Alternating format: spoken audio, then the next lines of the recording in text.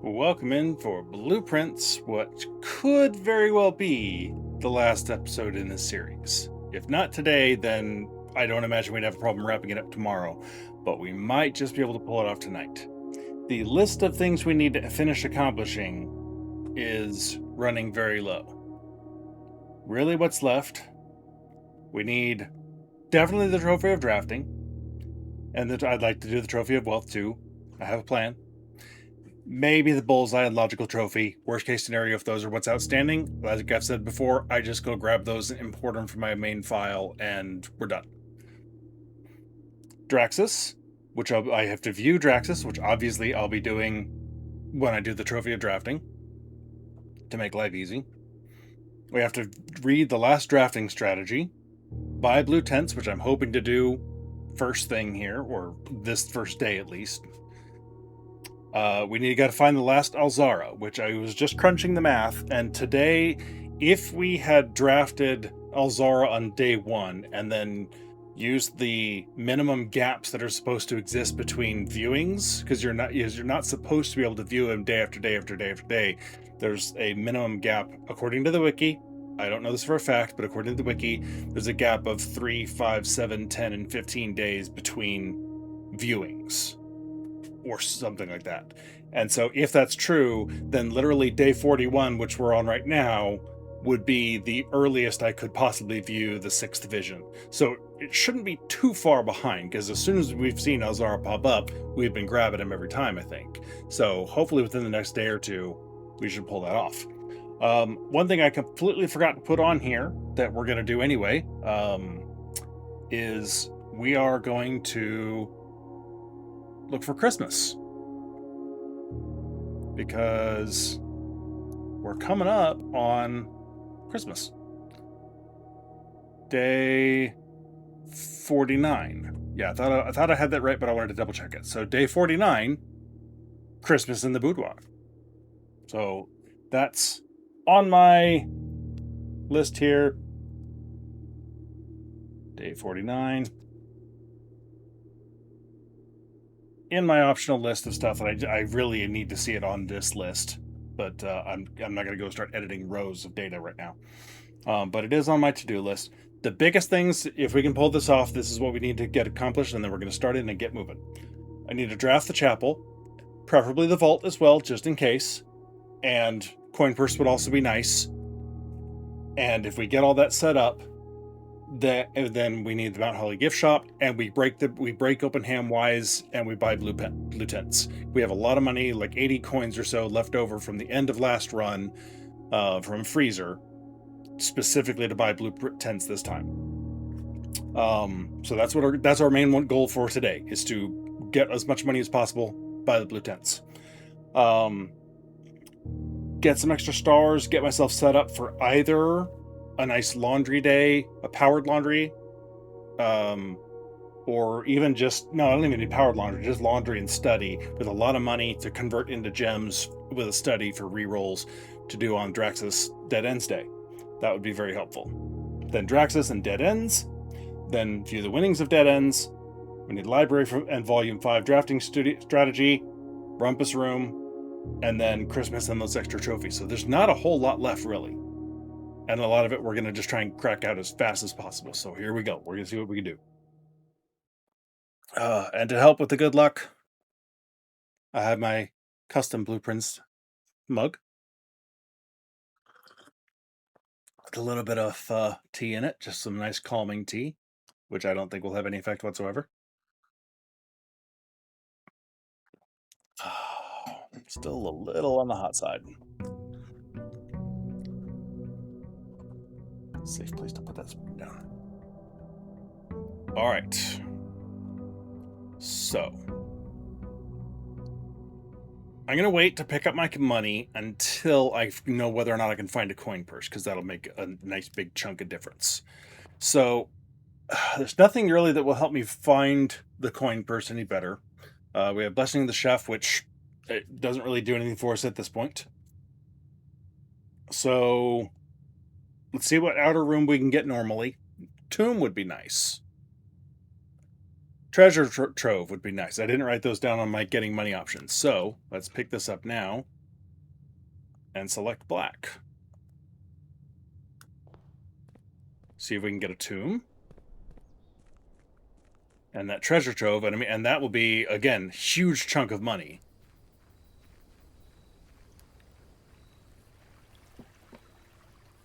So there are methods of increasing your income. All right, that's all we need for that.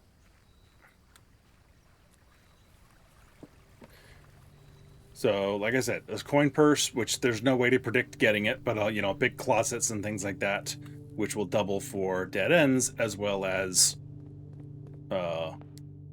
potential places where the coin purse might show up. As much as I want all of those.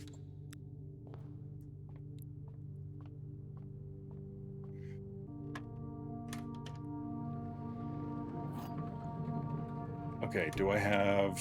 I do not have the card key. Got to keep that in mind as well here. The breakfast nook.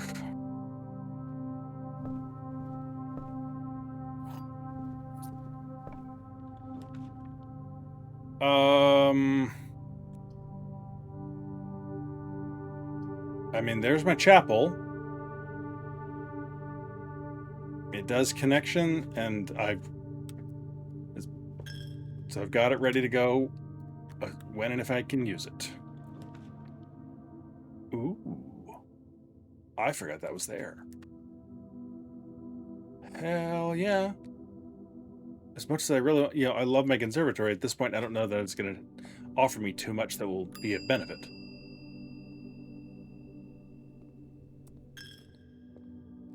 All right, hopefully I'll be getting that money back, so I'm not too worried about breaking that up.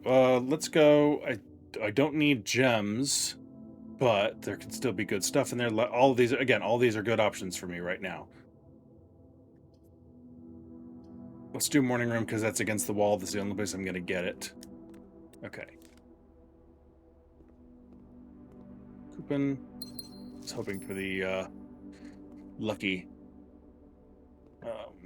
rabbit's foot. And if we're going to dead end here, let's dead end on that.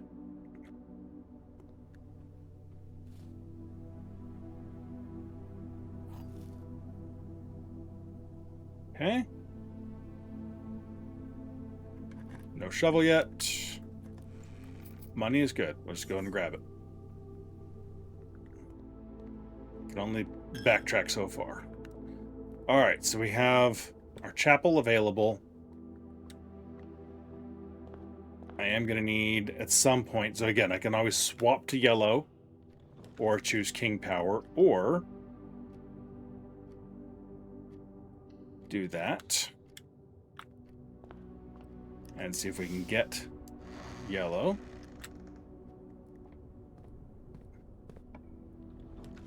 That is exactly the one we need for sure. Okay. All right, that's taken care of. So now we have where we need to buy.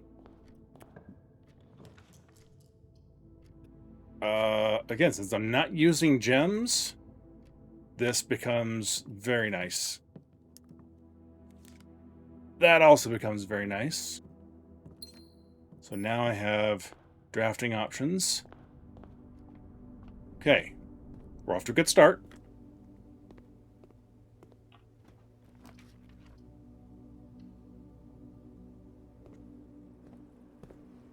Excellent.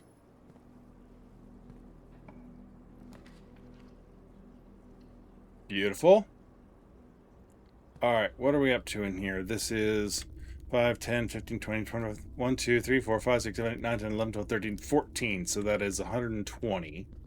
So that's 200. Plus, God knows how much in ham-wise. If possible, I'd like to draft the showroom as well.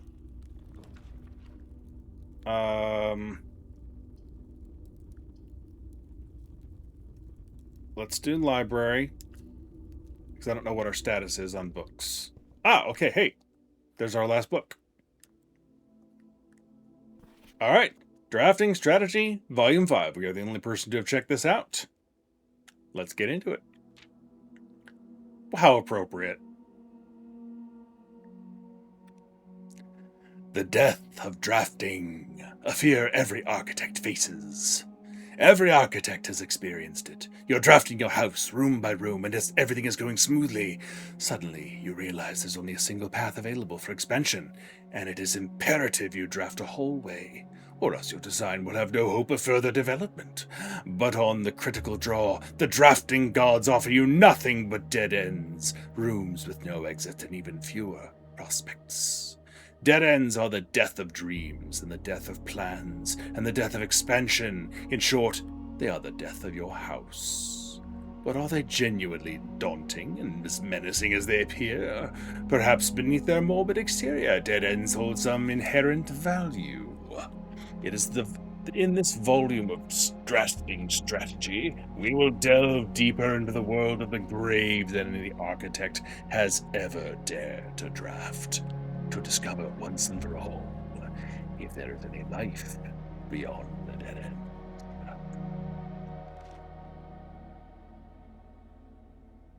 No exit strategies. An Architectural Digest Guide to Dead Ends. A dead end is any room that lacks another door by which to exit. It is an understandable instinct to want to avoid these rooms while drafting your house, as they limit your available paths for growth. However, seasoned architects quickly learn that you do not want to completely ignore them. A very common mistake that beginners make is picking the rooms with the most doors while drafting and ignoring all other factors, but every house needs some dead ends. Don't be afraid of drafting a few dead ends. Each dead end room with an architect drafts removes the floor plan from the draft pool.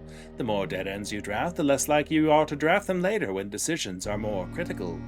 The key is figuring out a way to draft dead ends without blocking off your house's potential for expansion. Dropping a dead end room on the rank behind you is a great strategy to accomplish this and helps you pick up some extra resources before continuing to higher ranks. In general, you should be trying to fill up every open slot in your house before moving north. Grave mistakes, an introduction to the tomb. As foreboding as a blackboarded floor plan may seem, Tomb stands out as one of the most straightforward strategies centered around dead ends. This floor plan can only be drafted from the grounds and is considered one of the outer rooms. As such, it can be drafted at the very start of the day, allowing architects to know immediately whether their strategy should be focused on dead ends or not.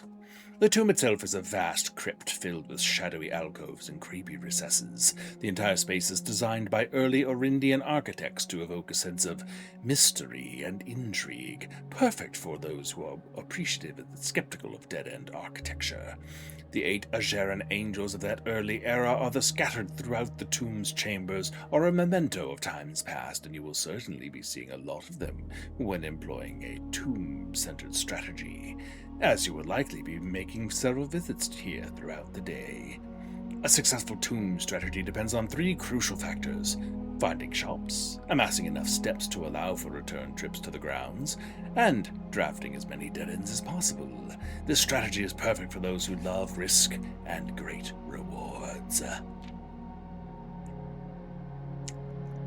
Grounds for Termination, an Architectural Digest Guide to Outer Rooms.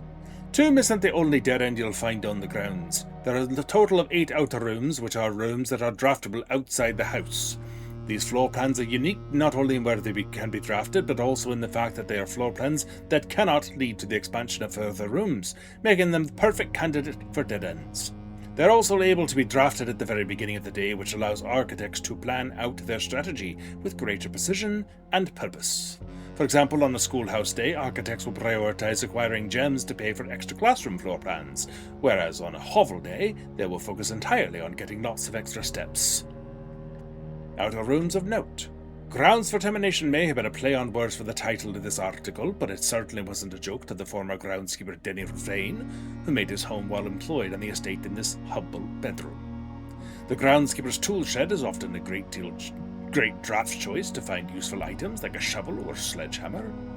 Even better items can be found in the trading post, that is, if you have something valuable to offer. This shop is frequented by local farmers and hunters who supply the estate with goods in exchange for a few shiny trinkets. Most of the vegetables and fruits obtained from the locals are preserved in this subterranean cellar. When winter arrives, these stored goods are frequently traded back, providing them with a reliable source of sustenance during the colder months. Even further underground, provisions are also stored in the estate's bomb shelter. The purpose of this, of course, is, like the root cellar, is preservation. However, in this case, it's the preservation of people rather than food against fallout, radiation, and red rooms. Enshrined Ideals, an introduction to the shrine. The last outer room is a floor plan with a function that isn't as straightforward as the others. Just what is a blessing? How much gold do I need to give? How long does it last? The shrine is a space of reverence, a mystical cavern filled with the glow of candlelight, and those that show respect and pay tribute are blessed by the unseen forces that guide this world. Blessings are persistent benefits that last several days and are bestowed upon the reverent visitors who have made an offering of gold. The type and duration of blessing can differ depending on the amount of gold given, but the more gold you offer, the longer the blessing will last. The Blessing of the Tinker. Whenever you draft a mechanical room, trigger your current experiment. Blessing of the General. After you draft a red room, if you have at least 5 different ranks containing red rooms, gain 5 gems. Blessing of the Berry Picker. While drafting, instead of picking a floor plan, you can pick a berry. If you do, draft a random floor plan from your draft, disregarding rarity. The Blessing of the Monk. If you call it a day in your room on your estate, you will draw that room while drafting from the grounds the following day. The Blessing of the Chef. For each different type of spread that you do today, add an extra dish to the dining room. The Blessing of the Dancer. While drafting, you may pay 1 gem to spin floor plans. Blessing of the Gardener. Add 8 courtyards to today's draft pool. And the Blessing of the High Roller. Each time you draft a shop, gain an ivory die. Gain 10 gold whenever you roll an ivory die. I believe it's actually 5. Top 5 dead ends, as selected by the editorial staff of Drafting Strategy. Number 1, the toolshed is. If toolshed is good, then attic is really good. Even at a steep gem cost, this room cannot be passed up. It always pays for itself and more. Number 2, the study is likely the most powerful room for the experienced architect who no longer has difficulty accumulating gems or solving chess portmanteaus. Number 3, the coat check. More than any other room, coat check allows architects to center their strategies on a specific item of their choice. Number 4, the risk may scare off some, but to those who see their steps as an expendable resource and throw caution to the wind, Hobble is an unbeatable drafting force. And number 5, surprisingly, this room is actually categorized as a dead end, allowing architects to utilize it in both dead ends and color-specific strategies. The Dead End Contest Mail-In Sweepstakes. On January 20th, 1989, Taro Martiz shocked the world of architecture by drafting 19 dead ends in one day. Can you beat his record? Draft 20 or more dead ends in a single day and you could win 200 gold and the Trophy of Sweepstakes. It's really annoying to read this fine print, so I'm just gonna... Eligibility dead end contest sweepstakes. Legal residents of Fen Ares who have at least 12 years of age. Oh, thank God we squeaked by by a couple years. Employees of Drafting Strategy, its affiliates, subsidiaries, advertising, and promotion agencies, and their immediate family members, and or those living in the same household as each other are not eligible to participate in the sweepstakes. Thankfully, nobody in our family works there. Entry. To enter the sweepstakes, players must draft rooms in a single house during a single day.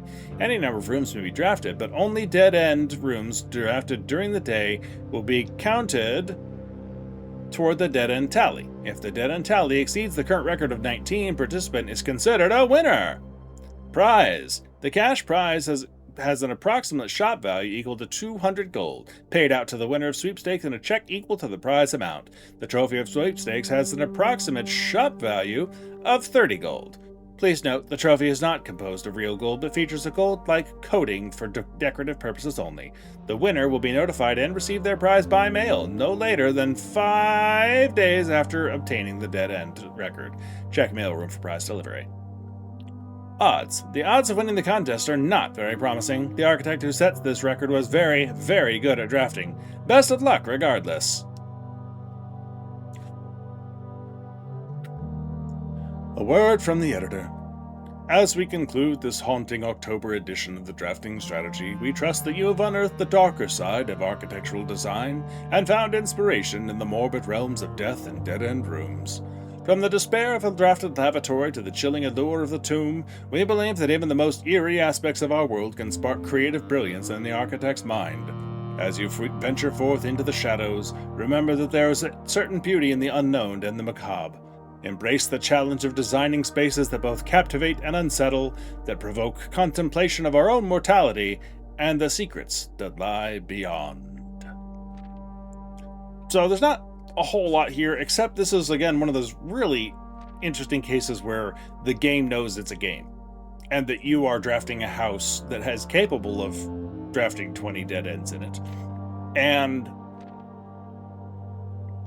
the grounds for termination. I mean, the only people that would know any of this with the termination of Denny Ravain, the former groundskeeper, blah, blah, are people who live in this house.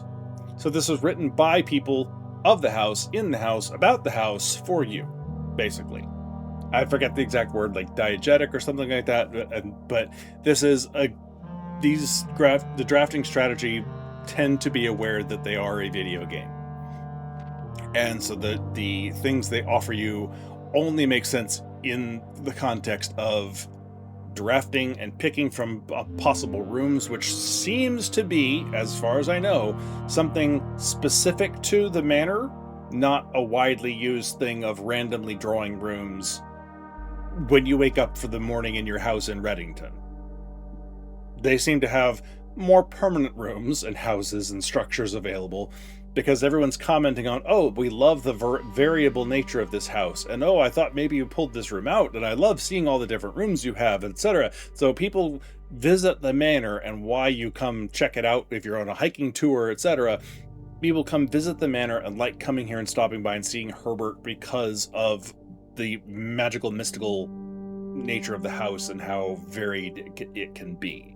So that strikes me and tells me that the varied nature of this is not a widespread thing. It may not be unique to the manor, but it sure seems like it should be if it's not. Like, it really would not make sense as a worldwide thing to be a commonplace occurrence. Otherwise, this literally would just be, hey, we've got a really big house that does the thing that everybody else does. And everyone's like, yeah, so what? My house only has 10 rooms, but I don't need it to be that big.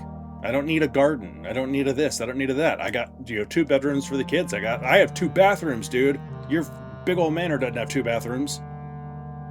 So I just find it amusing. And then this was like, oh, shocks the world of drafting architecture. 19 dead ends. Like, is this a thing, really? So, but we have now done the last of the books. So reading all the books is officially complete. That is off my to-do list. All right, so we are still looking for ways of getting money, and so we can buy out BlueTents. One more, and our food will at least be ready for us.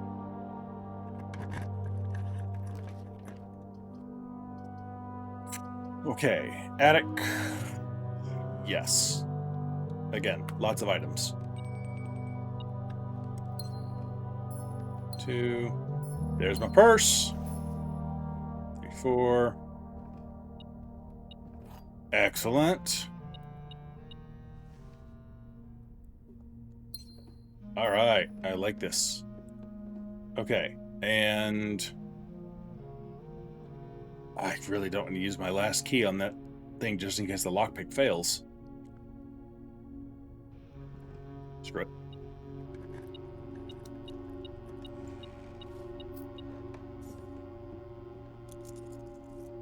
All right.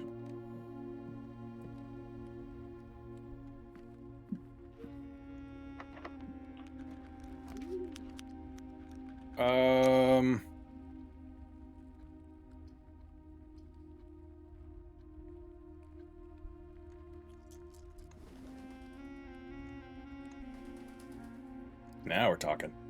Yeah. Okay. Let's swing back down, grab the dining room, see if we can get up north out of the dining room.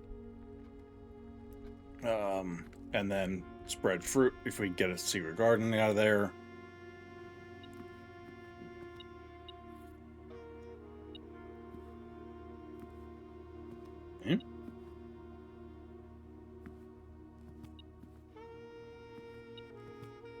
Oh, I was like, what the hell is pinging at me? Oh, and I get extra money because we do have a morning room. Score. And we have aquarium, so might as well grab this now. Alright, we are in great shape for this. Almost wish I could, if we bought the showroom now. Sure, why not? Might be hurting for the key from that music room in a minute, but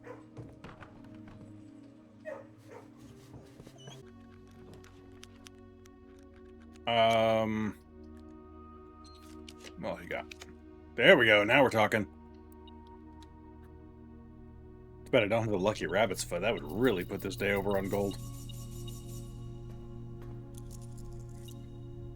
Oh, hello.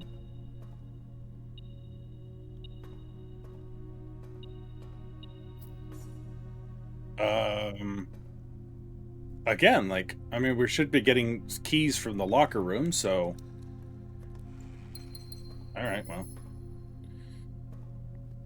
Okay, and again, I'm not coming all the way back up here.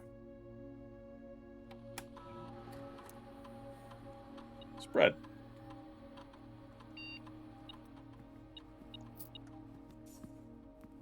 Okay, so again, if I pick up as much gold as I think I'm going to get here, I may go activate King Power Gold and try and get the showroom here too. Good lord. Yeah, let's get some good luck pupper pets here. All the pupper pets. Yeah. Sweet.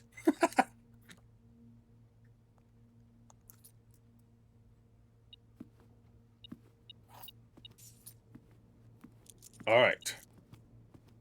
Are we picking up from the other side of the room?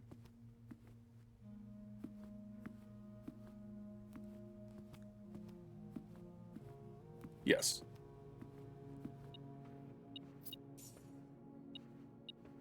Nice.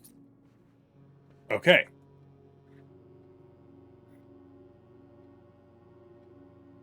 Let's see. Again, there's fruit as we go south. Anything in...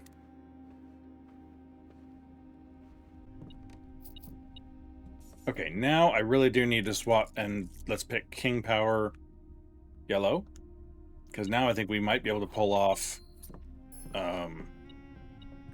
watch it. Showroom. With rerolled and such.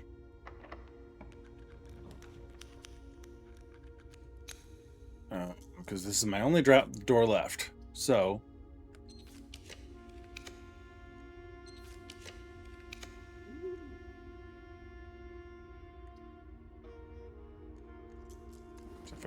I can't... Oh, you can't rotate through the blueprints. I forgot about that. Okay. Well, not a chance in hell. There we go.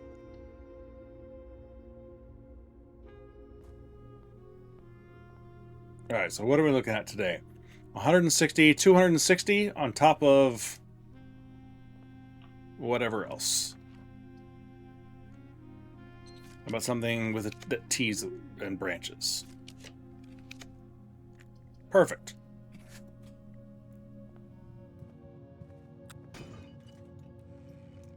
Okay, either a dead end or a turn to the side. How about mailroom? We're gonna have a really great day tomorrow.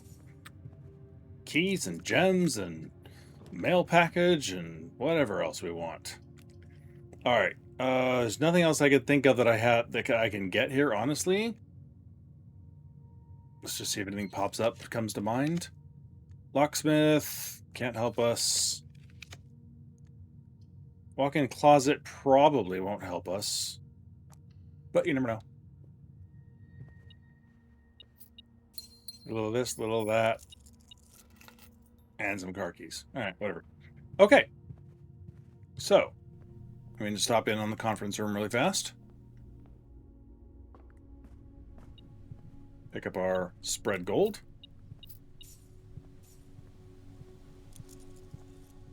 Okay, and now faster to head out through the foundation, go hit the tomb, go and then come in through the front door, grab the treasure trove, break open Hamwise, and then work my way back up from there. Alright, we may... I don't know how much gold we get here. This could be kind of insane.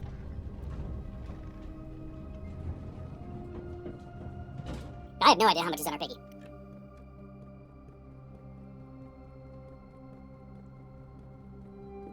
I'm reasonably certain that my boat is not in a place to just cross the reservoir and hit the tomb from this side. Oh, the door's closed anyway. Again, we're not hurting for steps. We have enough to do everything we're trying to do here. I don't have any money sitting here, do I?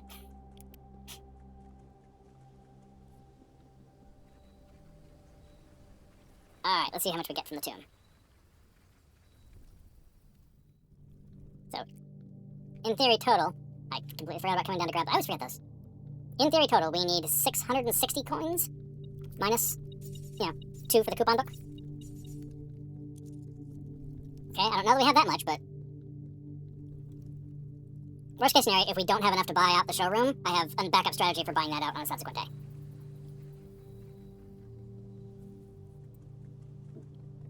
Alright, so, now we pick up our allowance, which I forgot about until, just now.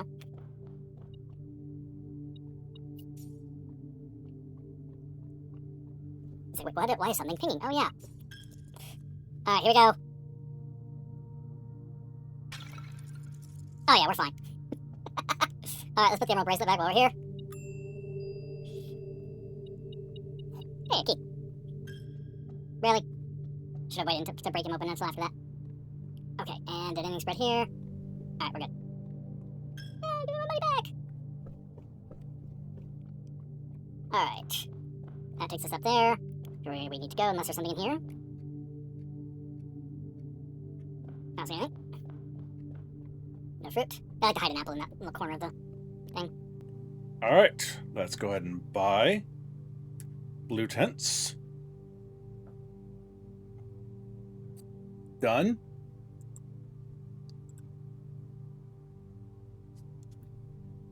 And now we need to hit up the treasure trove.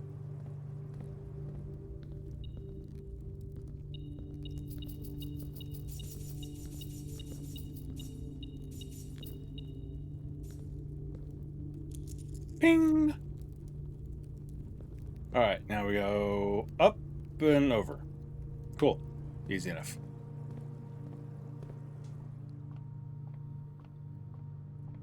Yeah, okay, there won't be fruit. That's right, we drafted Thingamajogger first. Oh, hey, while we're here.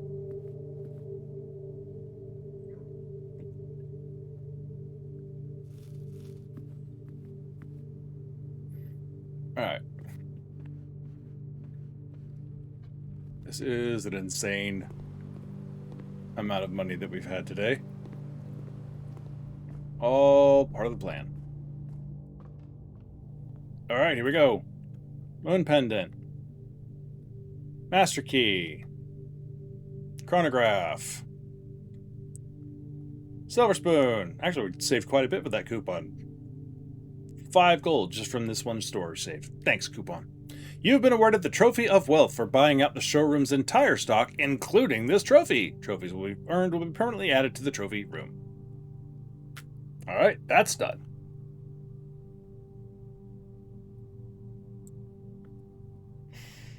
Okay. Now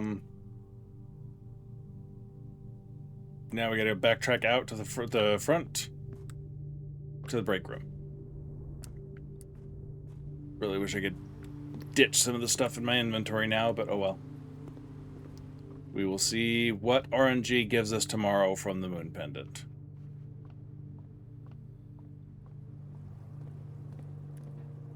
Back out this way. Back this way.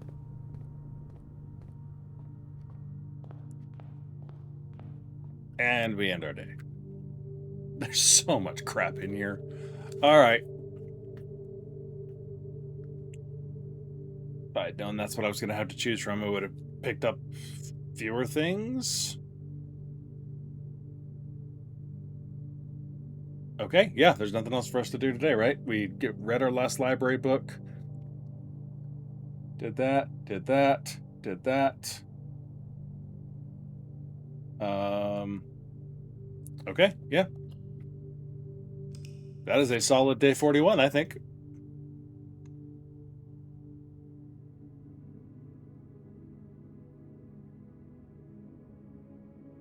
"13 dead-end rooms." I think, had I tried a little more, I might have actually pulled off and done a dead-end day today.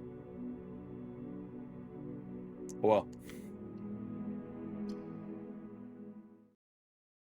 I mean, hey, with the Emerald Bracelet and a study and a decent supply of gems, you can pull off quite a bit. Day 42.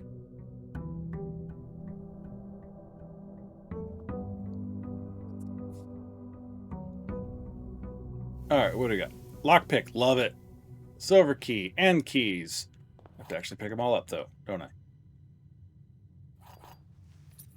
Alright, and what do we keep? Kept the moon pendant and the chronograph. Interesting. Okay, and we got our key card. Alright, I mean, for not having taken any steps yet and starting the day off, we have 8 keys, 4 gems, 90 steps. Okay, so if we are trying the things that I have left to work on, bullseye and logic trophies, so parlor and billiard room, rumpus room, Draxus for dead ends. I mean,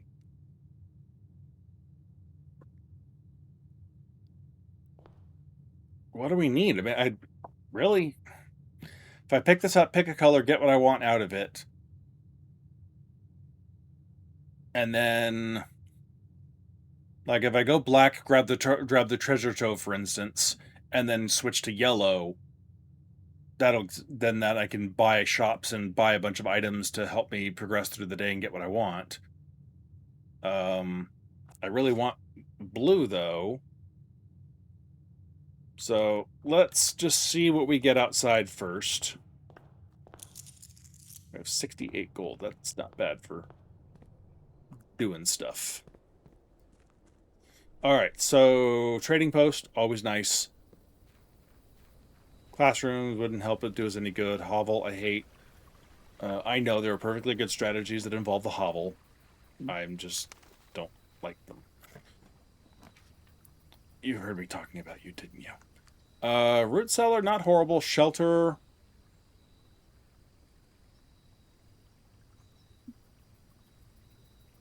Let's do shelter. And let's grab the extra gem out of here. I really wish you could find anything else in the shelter as well.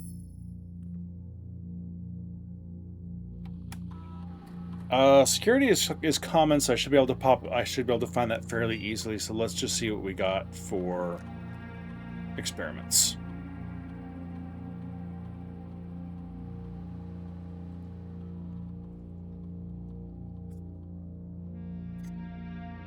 I do like on my other alternate account, the one that I'm running on Steam that I've just been messing around with that I haven't touched in quite a while, actually.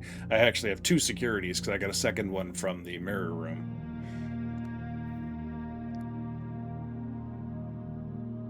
Trash digging. I mean, that's probably our best bet if we find stuff, or I can go for bedroom. Bedrooms are dead ends. Let's do that. And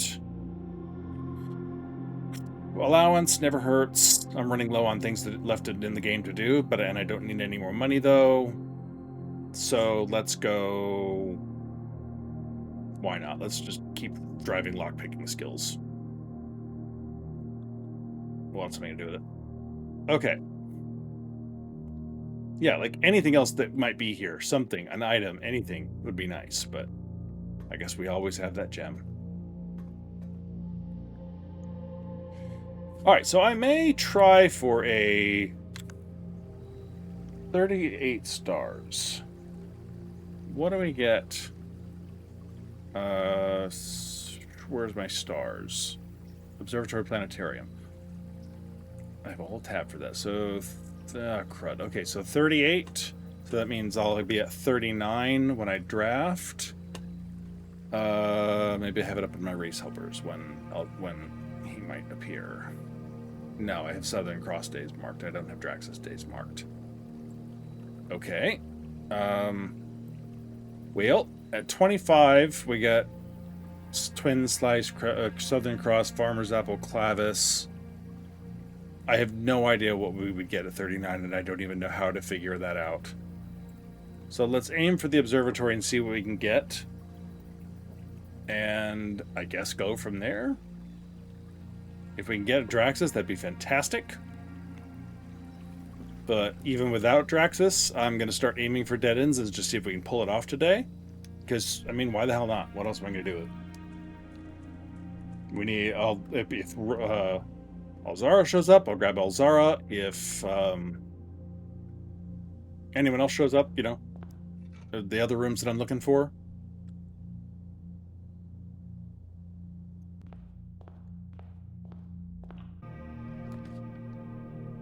Okay, that's fine. That's good connectivity at least. Yeah, I'm not good. This is not a good day for dead ends. Although, even though it's giving me a ton of them, it's giving me them in crappy locations.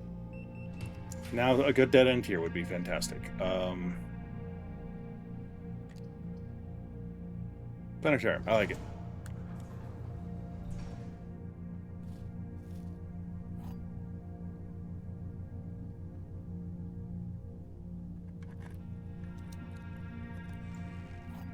Okay, again, great for connectivity for extending things around and getting stuff done. Okay, now a dead end here is actually fine. Like that one. Perfect. That's exactly what I was actually hoping for.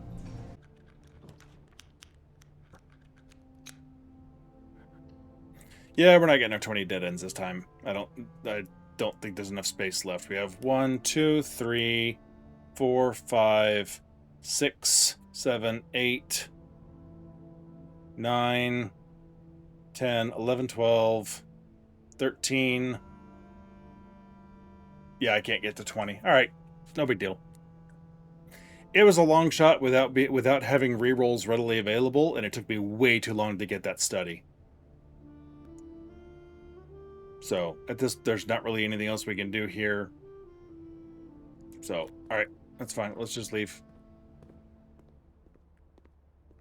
Because it is mathematically impossible to draft 7 more dead ends in 7 rooms. All right, not that big of a disappointment. Would have been cool, but alas. All right, so I think really what I need to do for a couple of days is just run blue. See if that'll help me find Alzara and build up some stars in the observatory. See if I can get up to 50. And then so the next time, instead of needing Draxus, which I do still need to look at, but I have the option then of burning stars for rerolls, and maybe I'll have a better day trying for the dead ends then. Because that trophy I do want to try and get for the completion's sake, because there is the thing you get for it. So, all right. Oh no, code check. Crap.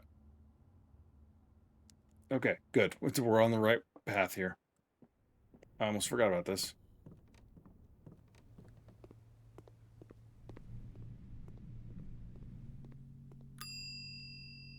Check. Emerald bracelet. Thank you.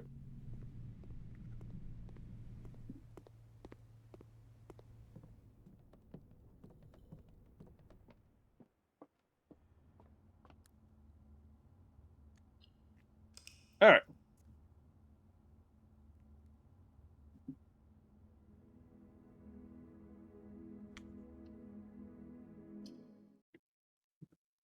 Kind of a lame day 42, but not a huge big deal. Wasn't really counting on anything happening there. Still solved a dartboard, solved a parlor. It's progress.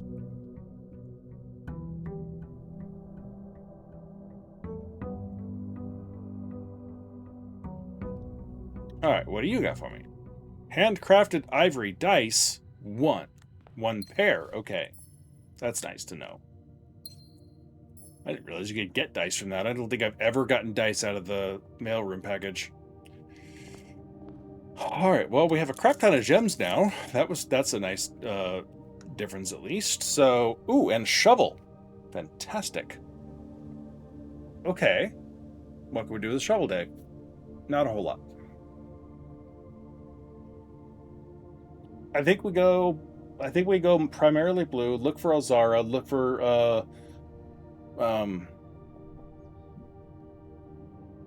fish room, aquarium, and observatories for a couple of days here and see what we can do. We got 6 more days till Christmas. So at the moment, I'm okay with, we'll start with yellow. Grab a couple of shops that we might want. And then swap over to blue and see what that gets us for Alzara.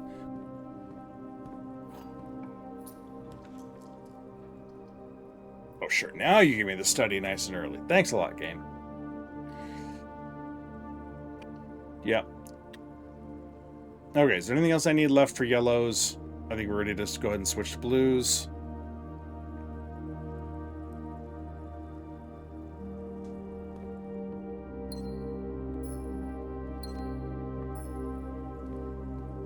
And dig. Alright, we're at 40 stars and kicking.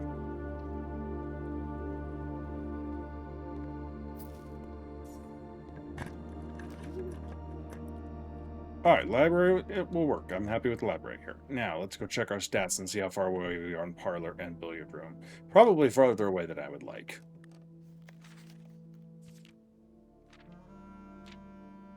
$32 and 32. No, 32 and, 28. That's probably more than I really feel like doing, especially on parlor. So I'll keep working on billiard. I'm not going to stress over parlor, and I may just import those trophies at the end, depending on where we go, what we have left.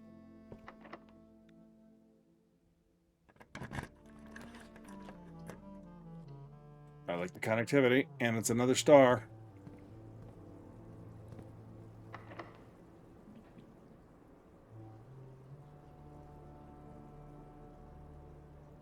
Where the hell else am I going to use it?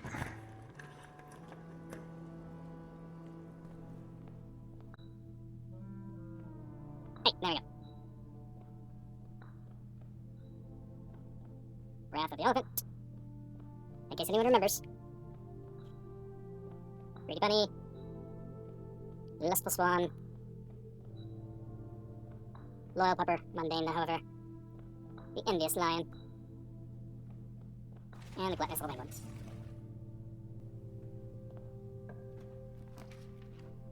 Okay, it really doesn't matter.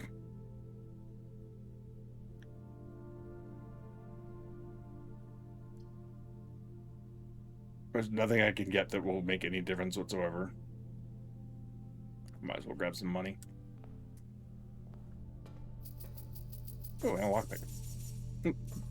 Because that'll help me. It'll be okay if the moon pendant keeps it for tomorrow. If I go buy him a moon pendant. Thanks, pups. Okay, not a chance in hell. You give me that observatory back, game? Not horrible. Let's try with that observatory then.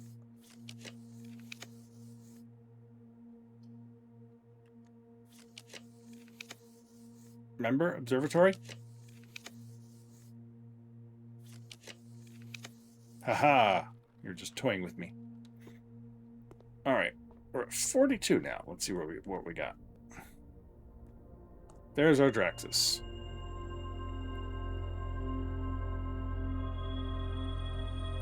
Alright, we have viewed Draxus, so at the very least, that's complete.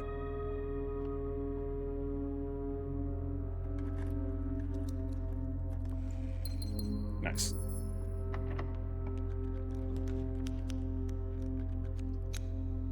Just out of curiosity. 1 for outside, 2, 3, 4,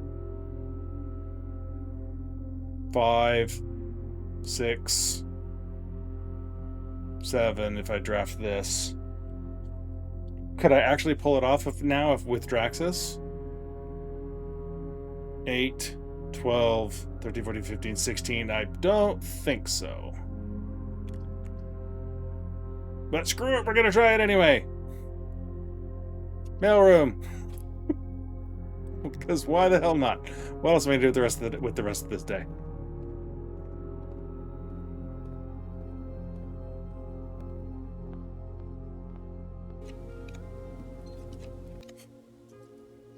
So, trading post, study, planetarium, coat check. It's 4. Wine cellar, nursery, servants' quarters, secret passage, bunk room, spare room, Geist. I have lost count of how many hands I've put up. Attic, walk-in, vault. Yeah, I completely lost count.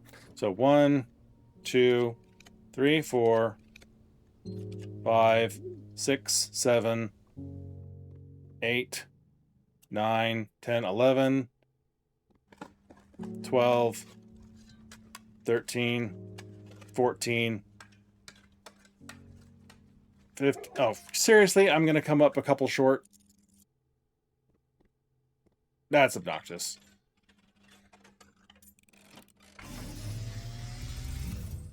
And, as it was foretold, I am awakened for one last time by the sound of a dropping coin. You find yourself facing I think I'm going to come up a couple short. Alzara, and I suspect you wish me to impart to you one final vision. Alright, well again, this is just trying to see if I can pull it off before getting the Inkwell. Having Draxus was nice, but I also got Draxus really late in the day. So, had I been planning on doing this from the beginning and gotten Observatory earlier, that would have made a huge difference. I see cavern walls of stone, Oh well.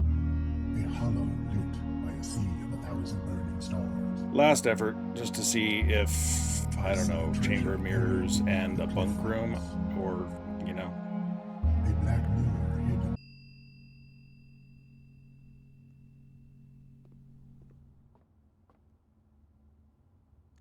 Alright.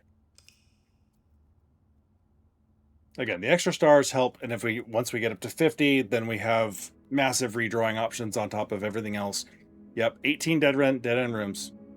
If I had gotten that observatory sooner. Alright, it's fine. We're close anyway.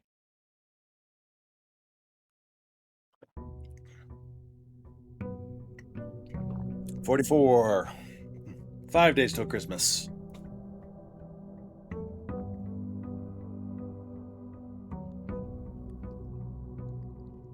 Not bad. We got this one earlier. Alright, I think we're going to go for the same start to this. We're going to grab stuff, run out to a yellow scepter, grab trading post, then come in, grab a couple of shops, swap to blue, and see what we can get.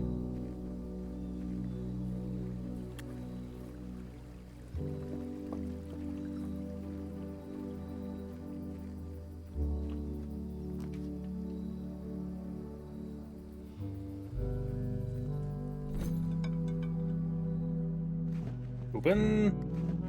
Battery for extra gems. Sledgy. I think we're gonna keep Sledgy.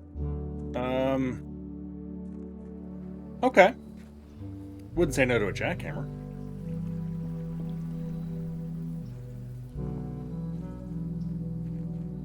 jackhammer's almost as good as an emerald bracelet. We're gonna get down to it. You get enough dig spots to work with, at least. Alright, here we go. Whoa, what do we got here? Holy cow, confusing concoction. Thank you so much for your generosity. That is still running the charity and fundraiser, so that is 10 beans to me. And for anybody who's in chat, we are, and I should have mentioned this a couple times earlier, I'm bad about that. We are raising money this month, for Pride Month, for the Trevor Project, which is a charity that helps out LGBTQ plus youth. 6, 7, 8, 9, 10. And for every $5, I eat a Birdie Bots every flavored bean, because we were running Hogwarts Legacy all month, and because I enjoy the irony of using JKR's IP to raise money for a cause that she doesn't like. And so, yep. Oh, my wife donated yesterday? Is that yesterday? Where does it say that? I have my 2 days ago. Sorry, on Saturday's stream when I was doing Hogwarts, and as a Father's Day gift to me, she not only donated, but then she ate the beans for me. She was on stream and she ate. She had 20 because she donated $100, and so she ate all 20 on me. So not only the fundraising, but also she, rather than inflict the beans on me, that was one of her Father's Day gifts to me. But here we go. We got 10 to go. Number 1. Please don't suck. Oh, crap, oven sucks.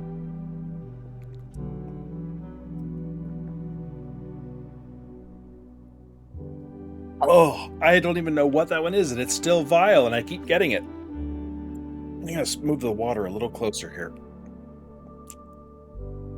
Oh, okay. Bad start.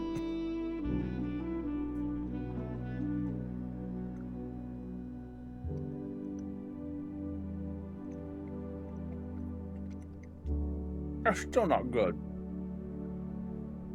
Oh. That's one of the ones that's like, I swear that's probably got to be like a booger flavor or something, because it's not good, but it doesn't make me want to throw up, at least.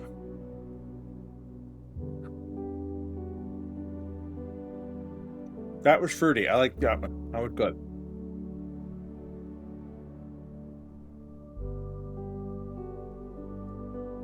Yeah, she was on probably about a half hour in, I think, if you want to look for that specifically.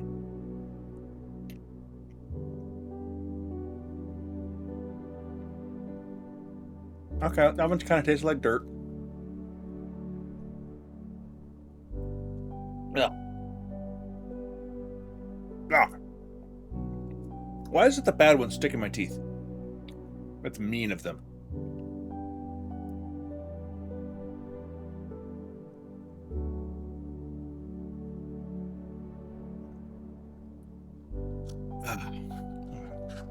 Yeah, thank you. I'm glad you appreciate it, Haley. That was one of the reasons why exactly why I decided to do it, because like I like the game. Don't get me wrong. Hogwarts Legacy is such an amazing game. I bought it originally to support the devs who made the game, and I then the same day that I bought it, when it first came out, I donated twice the price of the game to the Trevor Project. As not that she'll ever know, but it was my little middle finger to her when I bought it.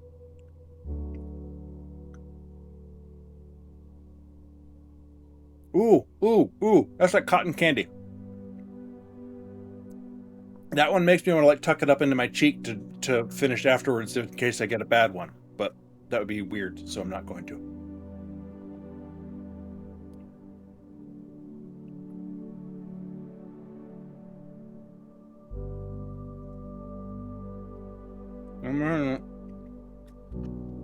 Not good. All right, 3 more. Come on, let's do something good here. Will that make me grab the water again? Okay, that's fruity-ish.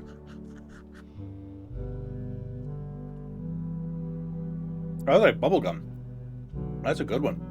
I don't remember getting a bubblegum before.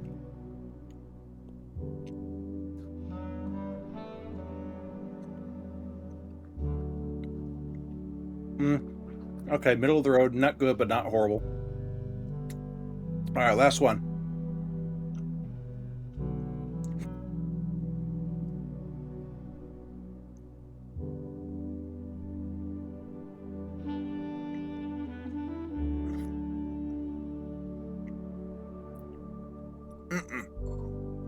That was not a good one to end on.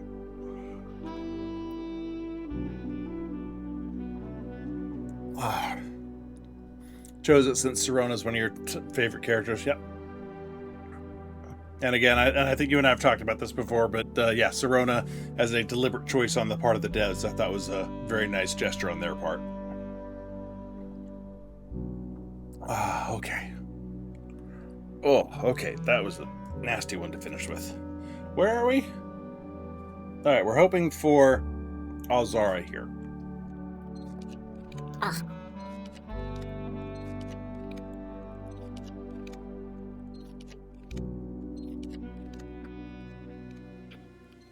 Much as I love the chamber mirrors, that would defeat the purpose of what we're doing here. Okay, you've run out of blue rooms, right? So, what gives here, game? Need a blue tea that's not the pool. Worst case, okay, I can do music room. That'll give me 2 chances left. Don't really care about the card games.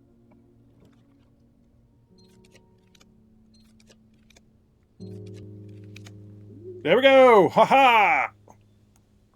Alright, our final Alzara. And the treasure map.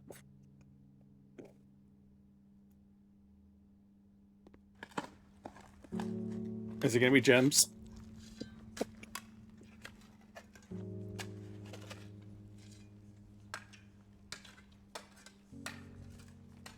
Takes so long to dig this up. No, it's gold. Of course it's gold. Alright, the final Alzara vision.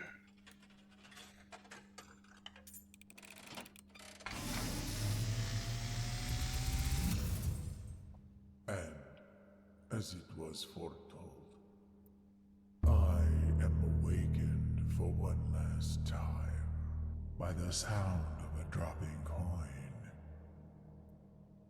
You find yourself face to face with the great Alzara. And I suspect you wish me to impart to you one final vision.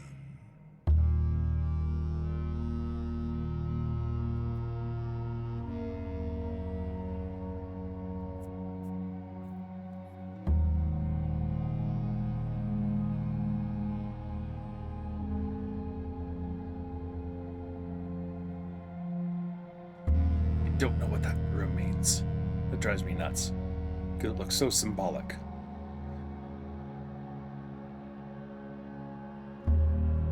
In the dim, I see cavern walls of stone.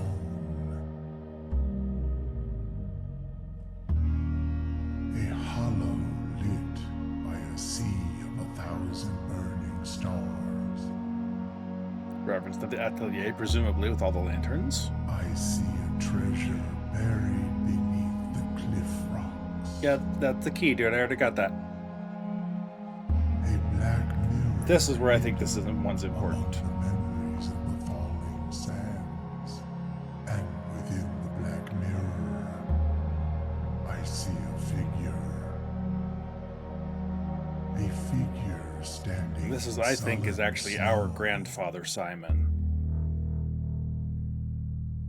retrieving the cursed effigy and the coffer to bring them back to Mount Holly.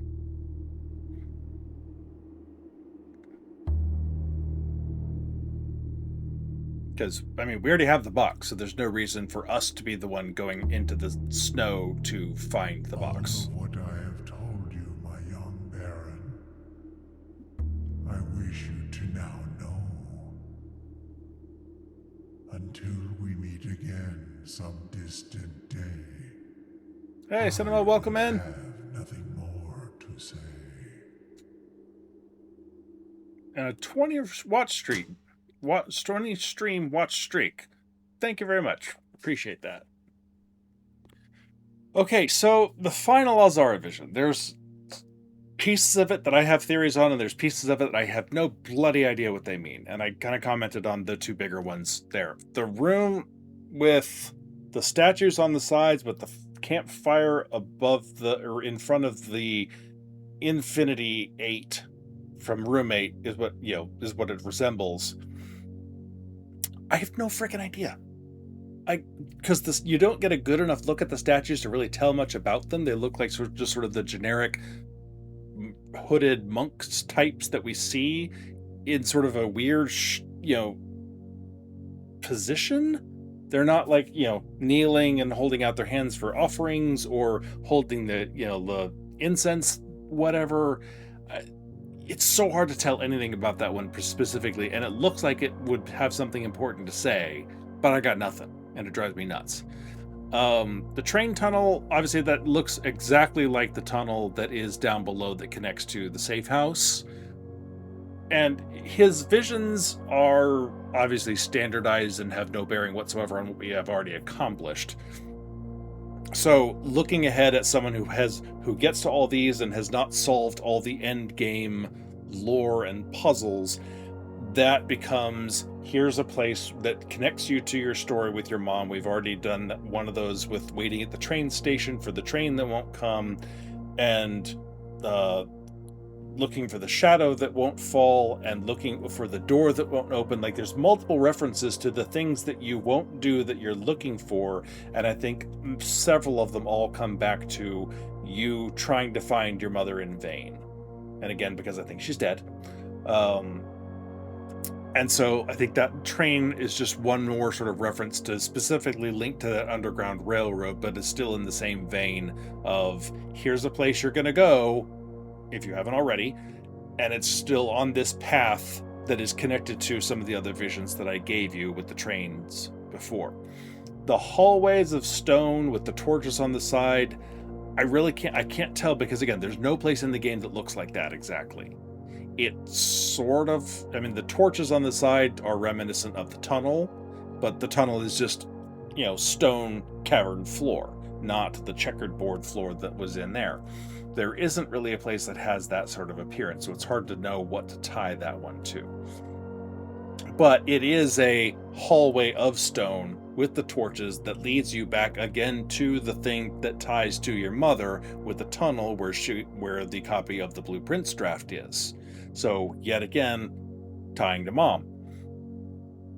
The lanterns, obvious leap to connect those to the atelier, like I said, just because that's the only place in the entire game where you see that kind of lantern, except the one that's sitting on the front entrance table that's there. And it's not lit, so you have no reason to think that they can light up in multiple colors. And then, like I said, the final visions there with the silhouette of our Simon. You don't really see his face.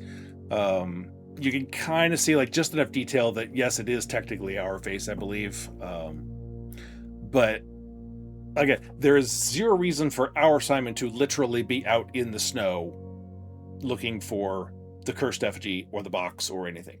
And so what I've always looked at that is a stand-in. Anytime you see our Simon in the visions, I think there's a good chance, not always, but I think there's a good chance that it's actually a stand-in for family members, so not our Simon directly. And in this case, I think it is our grandfather Simon who located the effigy, brought it back to Mount Holly, and either died directly as a result of coming in contact and bringing it back. So he walked out, found it, got his steps. Oh crap, I've only got 13 steps left. Hopped in the carriage, made it back, and they tried to do the ceremony to save his life and it failed and he died. Or he brought it back safely, knowing about the curse, didn't touch it beforehand, brought it back, and then once it was back, they tried to do something with the effigy to like the ascension ceremony, but they didn't have the crown. Presumably they had the scepter or knew how to get to the scepter, because Mary knew. But they may not, at that point, they may not have had the key. We don't know. We know they had the scepter in the trunk, that it's locked in, but we don't know if they had the Ares key at that point. So again, that could have been one more thing they were missing. I would presume that they had made it down to the underground area, because like I've pointed out, it looks like Clara Epson checks out the fixed stars. And my theory then, again, is that she was looking specifically at star constellations and arrangements to get the Southern Cross. And that's all in 1961, which is around the time, give or take a few months or years, depending on how you want to count it. But that is right around the time when Simon almost certainly died, which is why I put that time frame there. And so she's looking up information on one piece of it, which they would have known from solving the Morajais down there, but may not have solved all of it. And, you know, and again, and since it doesn't apply to them, a youth will approach, and they weren't exactly young by that time in their life. He wasn't old, but he was, you know, what, 30s, sometime in his 30s at that point. So, you know, early Middle Ages. So, yeah, because if it's not him, it's hard to connect that walking in the snow to the effigy to anyone else, much less us, since we already have the frickin' effigy. The only other thing I can put with that is the Southern Key, the South Pole, is the place of death, and it looks at the possibility of if we not literally are looking for the effigy, but if we take up the effigy, because you see footsteps walking up to the coffer in the snow. You don't see another set of footsteps walking away from it. You don't see a body in the snow, but there's only one set of footsteps behind it that walk up to it or away from it, but there's only one set of footsteps in any given direction. So the implication could be that trying to use the effigy, trying to do something with it, whether it's literally just picking it up or trying to enact the ascension ceremony, could lead to our death, since the snow is South Pole equals death. That's the only other interpretation I've got of that. I would love to hear anybody else's interpretations. Please feel free to put them in the comments by the time this gets out to YouTube. I would love to hear other interpretations of any and all of the Alzara visions, to be honest. Because there's so many of them, like, I don't know, I'm reaching and I think this, because what else have I got there? And I've seen a few interpretations of a couple things in Sanctum chat, but Alzara's visions don't really get brought up very much on the Discord server. So, who hid the scepter key down there with the Morjai boxes, Orve and Tomas?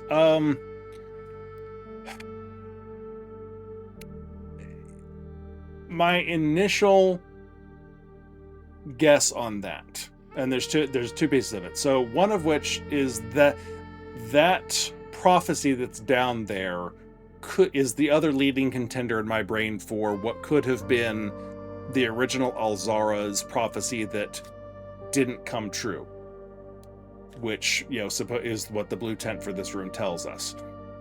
He used to be in Ares court, or the court of Ares, because he was an Ej era, an Ej era prophet. So that would have put him in most likely the second or third eras in the court of Ares. So that means the House Ares dynasty for Orinda Ares, and a prophecy about that didn't come to pass because it's not time for the youth to approach with empty arms and blah blah blah blah blah.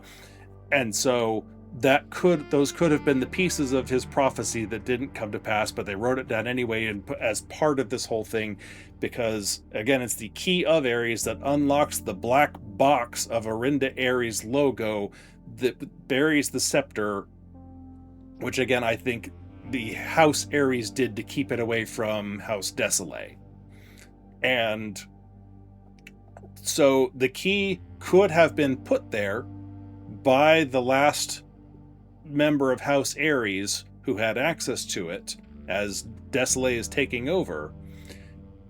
And so the key is hidden, The box is hidden and buried somewhere on the castle grounds, and nobody could have found it potentially between then and whenever someone might have dug it up, or found it in there rather. So we know the scepter was dug up by the excavators in early 20th century in the house for our house, and then they may or may not have already had access to the clock room, the Court of Aries, the unknown area down below.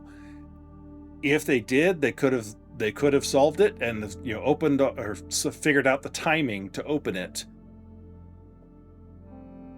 and could have had access to the scepter. And then when things didn't work out, found a way to reset it and put it back for the future. Or they could have just not ever found it and not had the scepter, and that's one more thing that they were missing come time for someone to try the ascension ceremony. There is no evidence one way or the other to whether someone in the family actually opened up the chest ahead of time and obtained the scepter and then just put it back later, or if they knew, maybe from some house writing, some bit of knowledge that they already had, they knew what was in the chest, or knew it was super important because it's marked with the Arenda Aries mirror on it, and it's been buried on the castle grounds. They had to find it and dig it up down in this super secret place. So they may have known what was in it. They may not have known. That's sort of the huge question mark part, this entire part of the history, unfortunately. And I mean, I can come up with a couple of different theories that are equally plausible and all equally unsupported, unfortunately. So, but okay, so Alzara was the last RNG-based feat to accomplish, except getting the drafting strategy thing.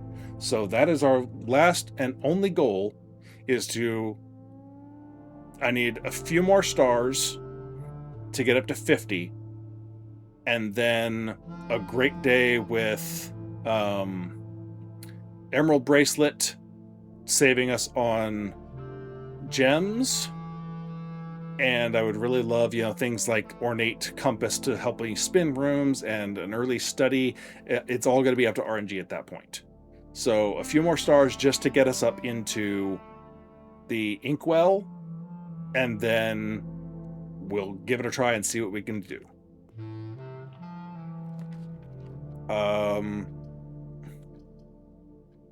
This is not a bad thing right now to go ahead and just freeze where I am. 8 extra gems, 78 coins, why not? And we'll see what happens. Alright, everything's up at front of the house.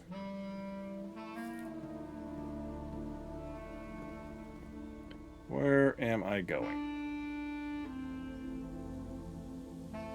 Rotunda to drawing room.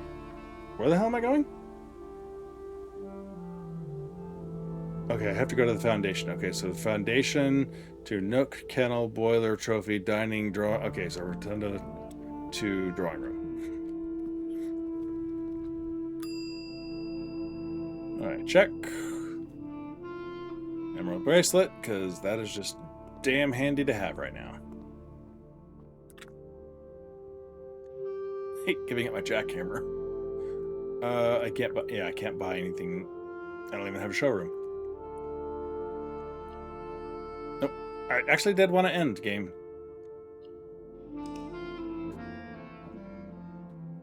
Alright. We're close. Day 45.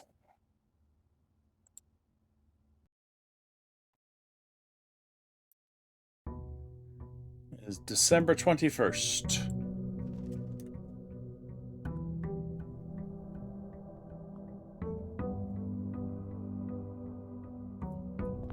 Alright, and at this point, again, I think I'm going to keep up with going yellow to buy and get some early goodies, and then swap to blue, because then that still gives me, I mean, even yellow gives me access to the aquarium without too much difficulty. A couple of aquariums, observatories, and we'll be in good shape.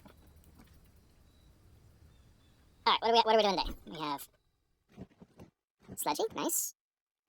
Compass, coupon. I'll take battery pack. Okay, so again, that battery pack is a piece on the way to another jackhammer.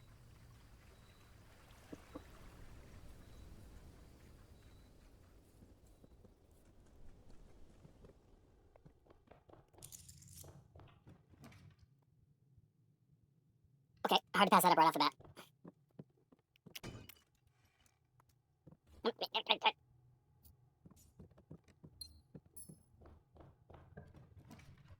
Okay, workshop, fine. I would rather turn right out of here, though. Or that's even better. I do like security. I really wish it was rotated, though. Alright, key cards. Hi. Oh, back it up, back it up, back it up. And let's go ahead and log in.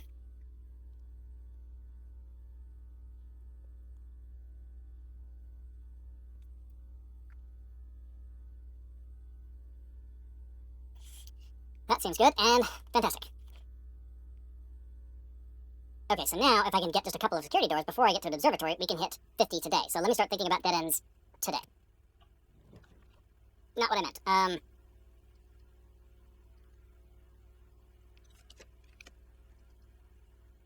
Okay, let's do that. That's what got me.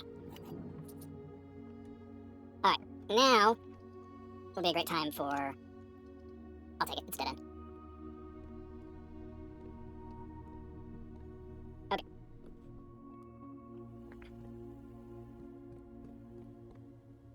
Okay, so... I don't want a dead end here if I can help it yet. I want something with doors. Okay, but I can't not. Alright, that's fine. Okay, we have...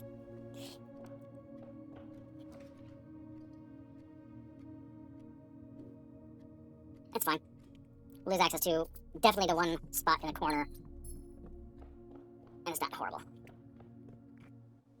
Alright, but we're also heading up north where we can run into security doors more often. Which I'm fine with right now.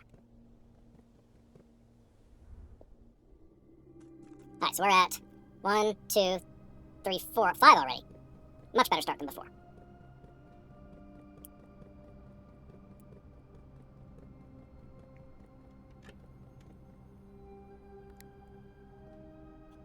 Okay. That's empty. Regular water.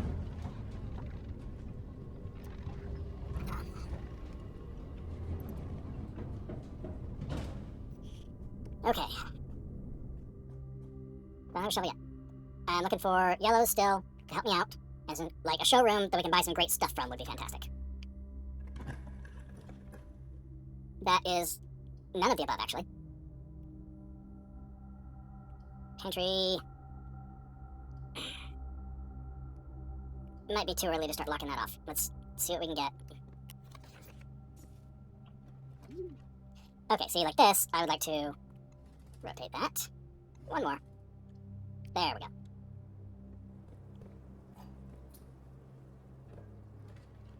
Okay, chamber of mirrors.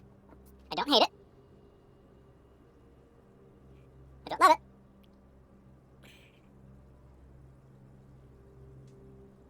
I'm gonna go conference room. Okay, and let's use this now. Okay, so... Yuck. I need something in the doors to connect me over there. There we go, now we're talking. Alright, and that should give me the last 2 stars I need, so all I need is an observatory after I go through that closed exhibit. Let's do that now, so if one comes up in the meantime, I don't have to worry about it. Garage is actually a great one to get, except...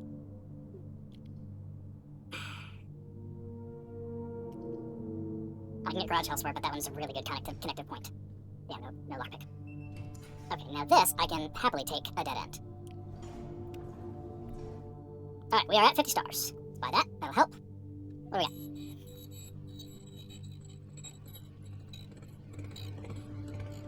I can find a good use for that. Alright, we should be more or less unstoppable as far as keys go now. Yeah, let's go see what we can get out here. Love it. Alright, let's get some good tools. Master Key and we're super unstoppable. Ornate Compass, though, is really nice to have. And we can still come back for the Master Key if we get just a little bit more cash. Ooh. Again, Kennel, great to have for unlocking things, but I don't need to worry about unlocking things right now, so really, I'm just gonna go Laundry Room. And we're good. I have Study, which means if I swap keys, or if I swap gems for coins right now, I will be set on that, so buy my Master Key. Gems and coins, here we go. Alright, we have oodles of redraws now, and oodles of keys. So let's start building this as smart as we can. So we're at 1, 2, 3, 4, 5, 6, 7 so far. Something like a garage now would be fine, because then I can draft another dead end over from the aquarium, and then still build out from the foundation. So how about... Oh, that was a die. Oops. I would rather use these, please. Also, okay, I'm gonna save that for somewhere else, actually. There we go. Why not? Okay, now, back to the conference room. We do have to look at steps, so a dining room soon, but not yet. A dead end here or a kitchen would be cool, as long as it's turned the right direction.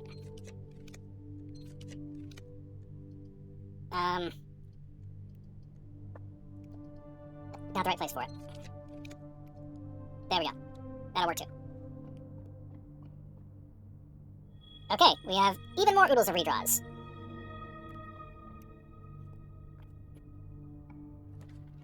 Okay, so I would actually really like a T intersection here.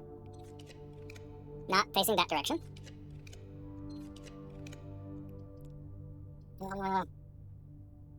I can make that work. Alright, dead end here. What are the odds I can get like a terrace? Let's try for a terrace. We got plenty of redraws. There we go. Not because I need it for the gems, obviously, but just because this is a green room that can only be here, so that is a good place for it to be without taking other green rooms out of the pool. Alright, now, either a dead end or a right turn into a dead end against the wall. That's a useless dead end. I am okay with planetarium. Give me some goodies. Love it. Still don't have a shovel. Okay. Okay, so now, alright, so again, I'm just trying to keep track of where we are. So we're at 1, 2, 3, 4, 5, 6 in the first two ranks, plus the outer room. 7, 8, 9, 10. Okay, we're halfway there. And we're barely halfway up the house. So we're in good shape. We have lots of redraws to work with, so I like it. Okay, now aquarium and another dead end into here. Looks good to me. Yeah, let's get some items out of that. I don't want the compass for this. I've got redraws to handle where I'm going, but I don't want it to try and keep forcing me north when I don't want it to. Okay. A T. Nope, I need a T. Like that. Okay. Now, I can swap this over now. I'm done with that. Let's go to bedrooms, because bedrooms are chock-a-block full of dead ends. With several options. That's what I was looking for. Because, again, this rank is the only place, or this wing and this location is the only place this can be had, so I can get myself a nice dead-end bedroom here without affecting the rest of the draft pool. Okay, now we need a silver key? Yeah, let's go silver key. East wing, yes, because then I still have the courtyard available if I need it. Okay, and dining, there's the steps we need. Good connectivity.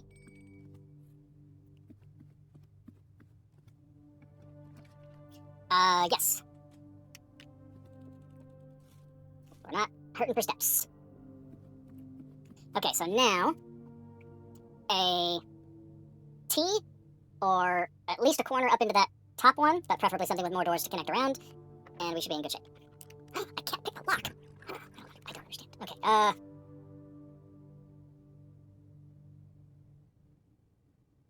turning the corner up doesn't help me any.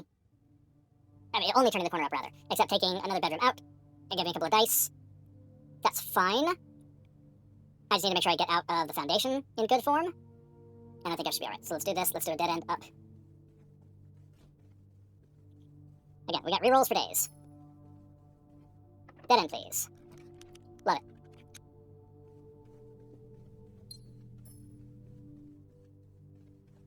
Okay. I'm gonna say that just in case we don't need the steps right now, and in a worst case scenario, I might need to draft like the weight room or something crazy. So let's do a dead end here. I like it.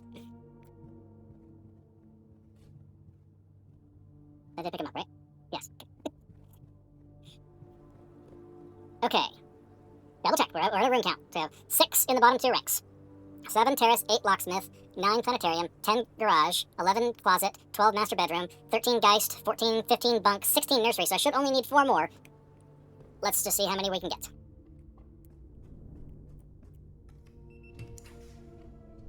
I would like something better than that, please. Yeah, but no, that's not gonna happen. Now we're talking. Doors.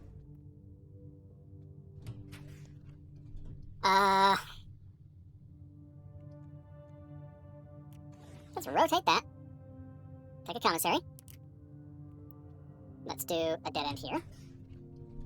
Let's do a dead end here. In theory, only 3 more. Yeah, now open for a secret garden. Okay. Is that everything? I think so. What was that?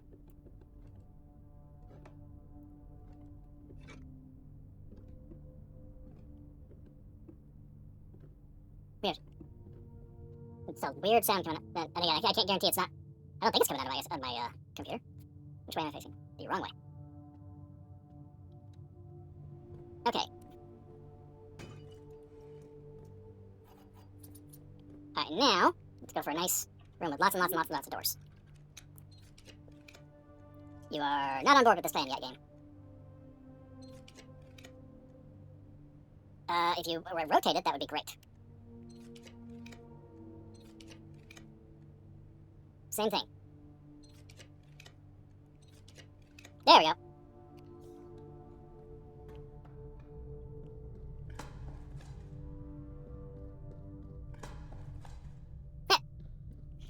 Alright, we're almost there. This is going great. Gave up on never getting the trophy. Yeah, this one is... I've gotten it almost by accident once, and then every other time I've gone for it, it's been a slog. And I've missed getting it many times. Okay, so now that one's fine. Nope. Alright, so dead end south. Kind of hoping for her ladyships, but okay, that's fine. All the keys. Okay, and now 1 more north. And then I need a 4-door out of the boiler room.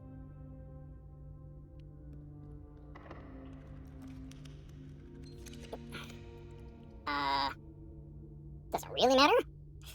Grab the bolts in case, because, you know.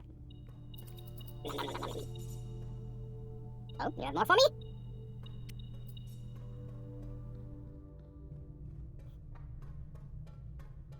Okay, so now...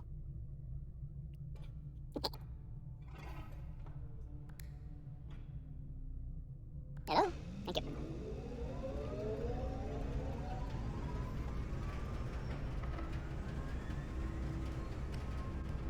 Have to use a key, darn it! What'd I say? Might have to take the weight room.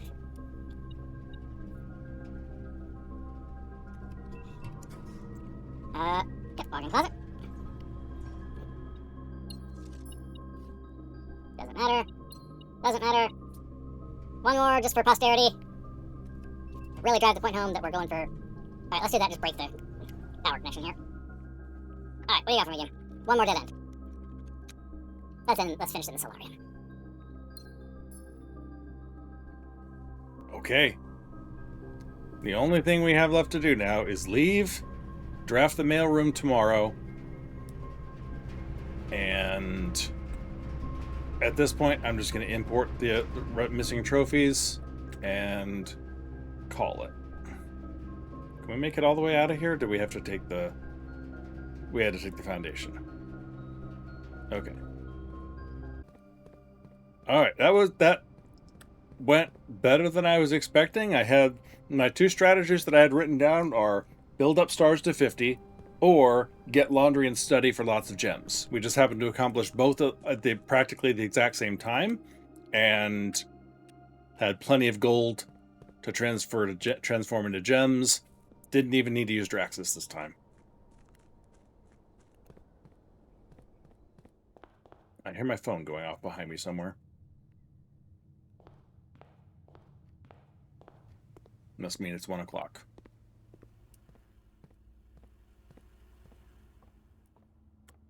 Alright. Oh, no, code check. Dang it. Keep forgetting that. Not that I think I'll really need it, because all I need is mailroom tomorrow. But it's the principle of the thing.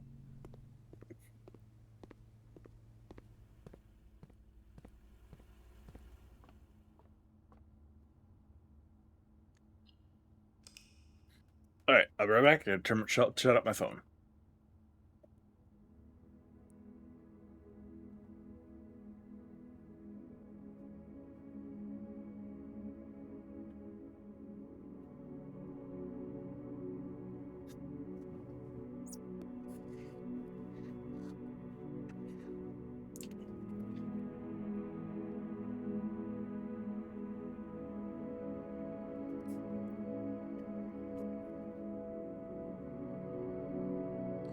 "21 dead-end rooms. I think 22 is my max. I know some people have done way better than that. All right.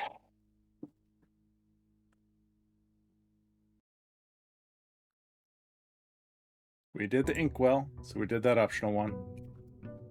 I realized while editing that I had neglected to talk about a couple of things, and since this is the very end, I bring them up now or never. So, while we were doing that dead-end run, obviously, we got the inkwell, and I didn't really stop to read and explain and talk about the description, which is just, you may spend stars to draw new floor plans. Fairly straightforward. I didn't end up needing to use it, so it just sort of passed right by. The far more important, I guess, from a lore or perspective of these final constellations is we know that, the inkwell is not the largest constellation in the sky, and when you make it all the way up to 100, you start getting the spiral of stars. One of the biggest trolls and yet meta narratives in BluePrince, in my opinion. So it starts with the spiral of stars, and you see the whole spiral at once, and then as you draft the observatory and view it multiple times, it has nothing actually to do with your star count. You can add stars, remove stars, doesn't matter. As soon as the spiral of stars starts showing up, it will be there. But every time you view your constellations at night and you click on the spiral of stars, it will add a word. And then you have to click on it so many times, and then you get the full story and you get to the end of it. It starts with add a word to the spiral of stars, and then every time you draft it again, then it shows up. So it's not the number of stars you have. It's not, I believe if you have the telescope, for instance, I think that counts as another click on the spiral of stars if you click it. If you do not click the spiral of stars, the effects from it don't happen to you. So if you get, and you'll see why this is important, as you get to the end of the spiral, you don't have to click on it. I believe you do to add the word, but once you get to that point, you don't need to, when you decide you're done with the spiral, you never need to click on it again.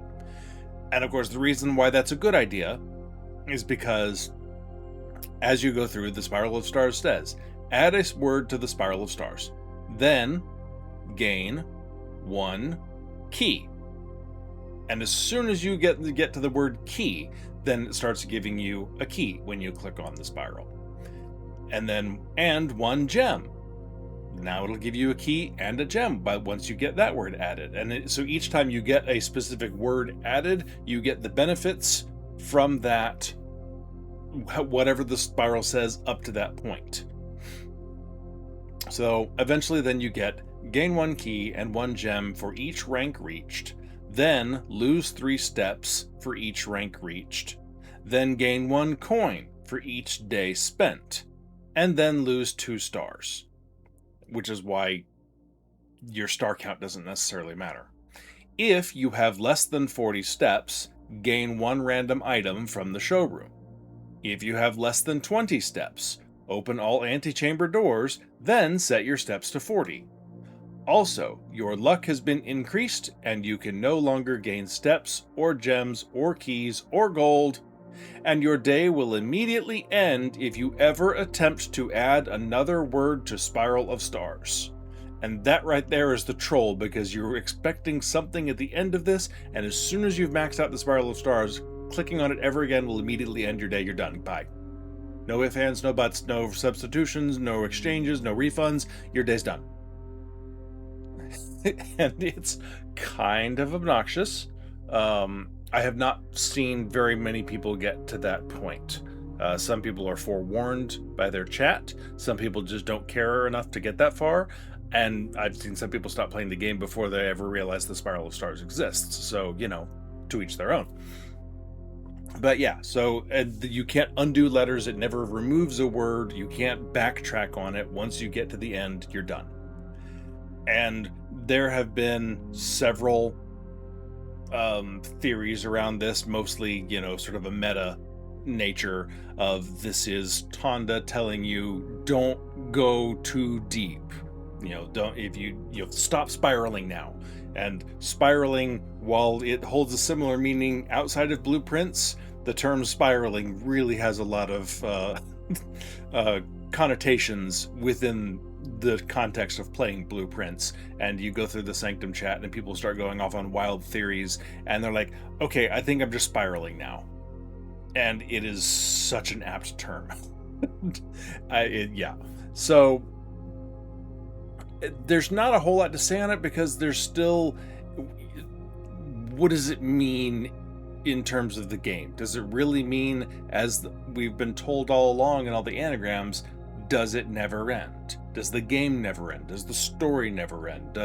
Do the puzzles never end? Is it always feel like there's just one more layer to uncover and just keep going? And maybe if we just solve a little bit more or one extra thing, then maybe we'll uncover something new, and maybe we'll find our mother, and maybe, and now we're spiraling.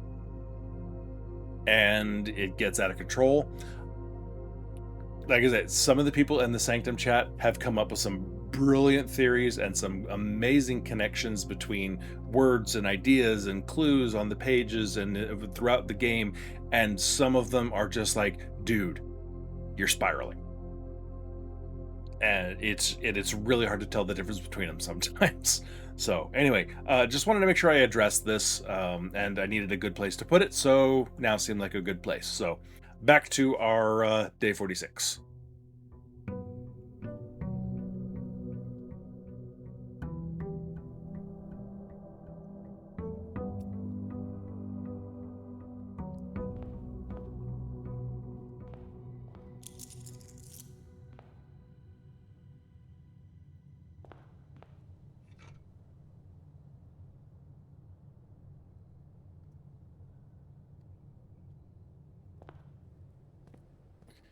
All right, let's go take care of these two, because again, I'm not waiting just on these.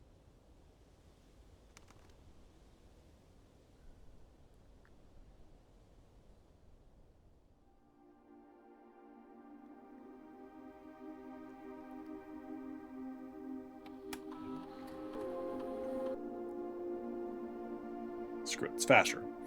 All right, data files, import from my 99, the bullseye and logical trophies, please. We should have all the rest of them already.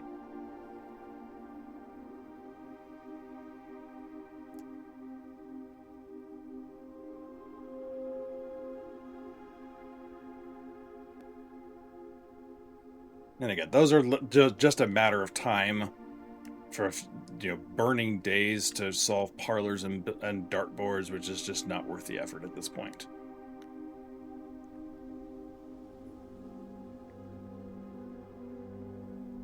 All right, we need mailroom and then trophy room.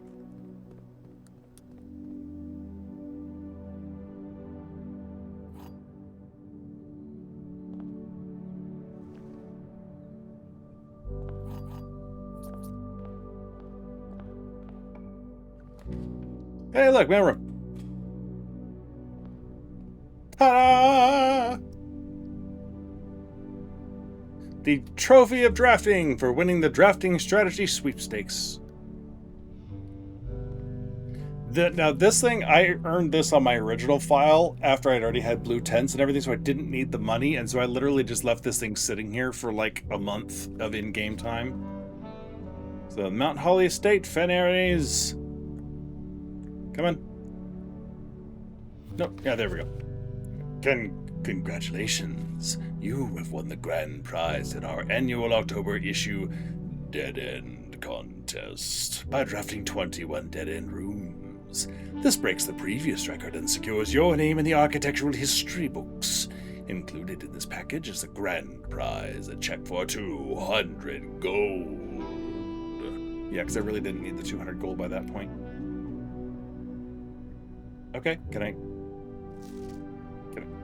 you give me my check, please? There we go. Okay. Oh, hey, and a metal detector. All right, now we need trophy room, which means we need gems. Hey, there we go.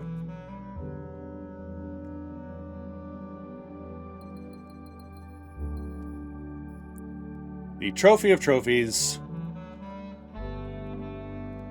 Trophy of drafting complete. And trophy of trophies complete. We have our complete trophy case. We have hit our 100% goal. One aspect of the game that I knew I wasn't going to be able to do with this series just because of the way timing works in the game and trying to get through a series like this in a reasonable amount of time, etc., is the staff announcements. When you're logged into the Synca network and you access staff announcements, as of day one, if you get connected that early, the staff starts sending announcements to you, sometimes just wishing you good luck, sometimes just chattering back and forth to each other about something, and sometimes offering hints, chastising each other for offering hints. I mean, there's whole conversations that happen in the staff announcements. The timing of them is, in some cases, dependent on your progress in the game. So if you get the staff announcements and you look at the dates and the events for your game file, and then you watch someone else, they will very likely have different dates on several of the announcements. The further into it you get, the less date dependent it is. But there are absolutely some that will they appear after you have raised the satellite dish, for instance, or after you have collected certain of the upgrade discs, for instance. Stuff like that, and there may be staff announcements that I'm missing and haven't seen just because from my playing experience and from the staff announcements where I went looking up ones that I might have missed, they may not have had a complete list either based on their playing experience and when they completed things. And I'm thinking specifically about the upgrade discs, and you'll see why when we get to that one. But just be aware that the timing on these is probably going to be different, so the date that you see on any of the announcements that I show really isn't that important, but they should more or less still happen in the same sequence. But then there are some, obviously, that you'll see where something is interjected in the middle between two other announcements that those two are related, and then something else gets stuck in the middle just because of the timing of when I accomplished what in the game. So again, be aware of that. Also, I believe there was a bug on the announcements originally, and when I took my screenshots, day one in the staff announcements said Sunday, November 7th. Well, as we all know, day 1 in the game is Saturday, November 7th. So there was a bug, or, a mistake, I guess, really, in the code where the dates and the days of the week were off, and then that was corrected later. So again, don't pay any attention to most of the dates and the date stamps and the days of the week that are on my announcements that I'm showing here, because I'd have to go back and replace most of my screenshots to redo this, and I apologize for that. But I have enough problems with lost screenshots and trying to replace things over the last several months. I just haven't gotten to these yet, and I wanted to get this video out as soon as possible, and it takes a while to redo everything. So again, disregard the dates, and we'll just go through what the staff announcements say. So, all right. So for me, originally when I took these Sunday, November 7th, like I just said, you get an email from the staff. Says, I don't think anyone else has access to this network this month except you, Simon. So if you're reading this, just know we're all rooting for you. Your friends in faithful service. And to me, that sounds a lot like Ann Babbage, but speaking for everybody. Then the next day, hey, Simon, how was your first day on the estate? Hopefully you're not having too much trouble drafting rooms, as it can be a bit overwhelming. I'm normally in charge of drafting the rooms for the day each morning, so I know how it goes. Ann Babbage. Which is an interesting bit of lore, because this tells you that they do regularly reset the house. But again, redrafting the rooms for the day each morning, if Herbert's asleep in the house and any of the staff that live in the house, they all need to be awake and out of their rooms by the time this reset is done. Unless there's some sort of failsafe that kicks you out of the house, poor Herbert just shows up on the front lawn in his pajamas. Obviously, I don't think that's the case, but there has to be a manual reset option, not an automated one. Otherwise, you really got to worry about somebody oversleeping, and we've sort of talked about that in the past. Then, as we go on to say, just to let everyone know, the estate has been cut off from the outside communications, Sinclair's instructions, so I don't think Simon's going to be seeing anything posted here for the time being. Randolph Moore. And Babbage replies, next day, now you tell me. And I'm guessing that means the electronic mail accounts are disabled as well. And as I said, there's conversations back and forth, so now Randolph replies, yes, he should be able to access the data currently on the system, so if he does figure out the network password, he should be able to read any emails that were on the system in November 6th, as that is when satellite communications were shut down. A little while later, some other messages may appear in the meantime, but for me, it was a couple of weeks before I got another staff announcement, and this one was from Kimberly Thompson. I'm getting anxious. Does anyone have any updates on Simon's progress? Randolph then replies, no real word on his progress yet, but it's very hard to say without access to the network from here. I'm monitoring a few things from the offices in Cinca, but it doesn't really paint a picture of what's happening over there. Your guess is as good as mine. At the 1 month mark, Bridget sends in, says, it's been a month now. Does anyone know when we're expected to return to work? I know we don't have much information at this time about what's happening on the estate, but my sister is planning a trip in a week, and it'd be nice to know if the indefinite leave has any expected end date. Thanks, Bridget. And then replies, hey Bridget, thanks for checking in. It's been a bit complicated, but the short answer is no. We don't really know when we'll be going back to work, so by all means take that trip and have fun. These indefinite furloughs only happen once in a career. Ann Babbage. Randolph then replies back, yes, and I'd like to add that even if Simon has found room 46, he'll very likely want some additional time alone on the estate to adjust before he summons us back to resume work. If I were placing bets, I would say it's going to be at least another month, maybe longer. Or more. Which is fun because it's indefinite. They never show up. Okay, now, this one is one that I definitely know is variable because I've seen people who didn't get this staff announcement and skipped right past it to some other ones. So this one, and I'm guessing this is Randolph, says, land sakes alive, I'll be blowed. I have absolutely no idea how he's done it, but it appears Simon has somehow reestablished satellite connection from the estate, assuming this isn't a glitch. Either way, now that we have a connection again, I'll be able to check network activity logs and find out what happened. Anne then replies the next day, I can confirm that this morning, as I was driving up to the estate to reset the house, I did see that the satellite was up, so it appears the young master does in fact have complete mastery of the house. Kimberly then chimes in, "Yay, I'm going to guess that means he's likely already reached room 46 then. I knew he would pull it off. I just knew it. Congratulations, Simon." Kimberly Thompson. Kimberly, I can't confirm with any certainty that he's reached room 46 yet, but from the activity I can see on the network, I'd be very surprised if he hasn't. So congratulations are in order from me as well, Simon. I too knew you would pull it off. Randolph Moore. A little while later, Kimberly comes back with, "If we want to try to communicate with Simon, is it better to post here or send him emails?" To which Randolph replies, "I think the announcement board here is slightly more convenient as it's a way for the entire staff to contribute without us doubling down on information or bombarding Simon with dozens of holiday well wishes." So now again, here's one of those that is dependent on you having done the satellite, and this is where someone else where I saw their staff announcement, this one picked up. They didn't have the "well, I'll be blowed, land sakes alive." This one they just got to this staff message, but on a totally different date than mine, obviously. "Simon, now that you have a satellite connection, you should be able to connect to Synca to download some new experimental data packets for the lab. We've been working on a lot of interesting and innovative experiments here, and it would be great if you could try them out for us and provide us with some valuable data. Moore." A few days later, but again, the order in which you get these is totally dependent on when you accomplish stuff in the game. So I want to remind you, don't believe the dates and my time spans here as anywhere set in stone. But anyway, so Randolph posts to the announcement board, "Simon, I was having lunch the other day with Hartley Rowota, who is your uncle's valet and has been on the estate longer than anyone else. He told me that if you call it a day in some bedrooms, there are beneficial effects.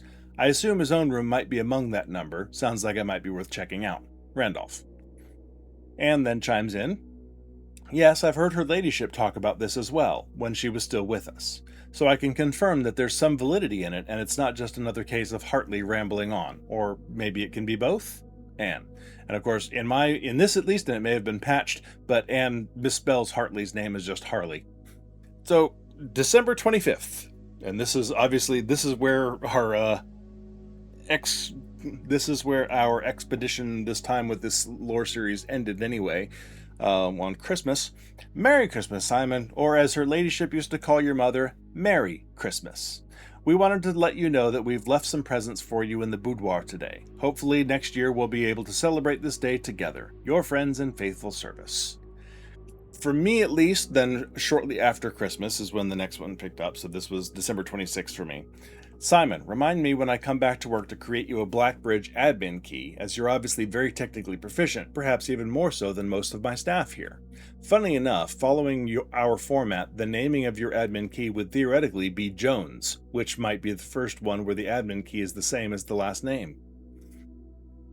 Now, from this point on, starting with January 1st, 1994, there are regular staff announcements that are obviously all on the exact same date for everybody because it's a calendar date. January 1st for the new year, Simon's birthday, that sort of thing. I think those two are the only that regularly recur, and you'll see them for a few years worth of staff announcements. So on January 1st, 1994, "Farewell 1993, hello 1994. The future is looking up and we're all looking forward to getting back to work. Happy New Year, Simon."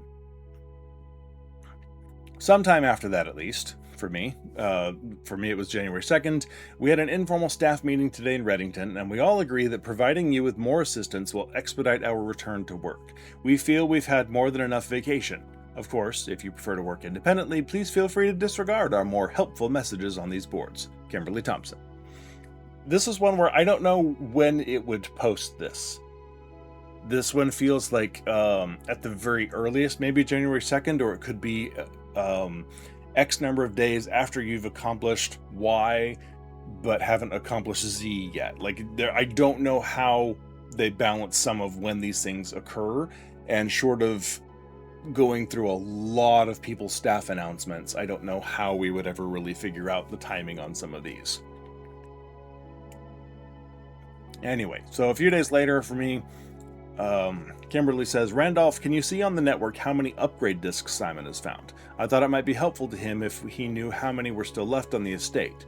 According to the last backup I did, I believe there were a total of 16 upgrade discs that we produced for the estate. Now, this one I believe definitely is dependent on if you have them all yet, because the very next day for me, Randolph replies, surprisingly, according to the network records, Simon has actually found and used all 16 upgrade discs, which is crazy because I'm not even sure I know where half of them were kept. Randolph. Followed almost immediately, a few days later, there's another one that post that I assume that previous post about having found them all wouldn't be needed and would just get skipped if you haven't found them all by this point, because then Kimberly emails in and says, Simon, last weekend I started making a list of upgrade discs I know of. It's only half of them, but hopefully it'll be of some help. Her Ladyship Chamber, Machinarium, Freezer, Morning Room, Tomb, Great Hall Vault, and Garage. Obviously, at this point in my list, Randolph has already replied, wow, he's got all 16.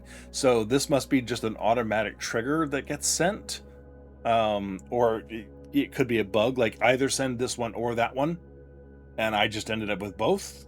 There's no way to know at this point.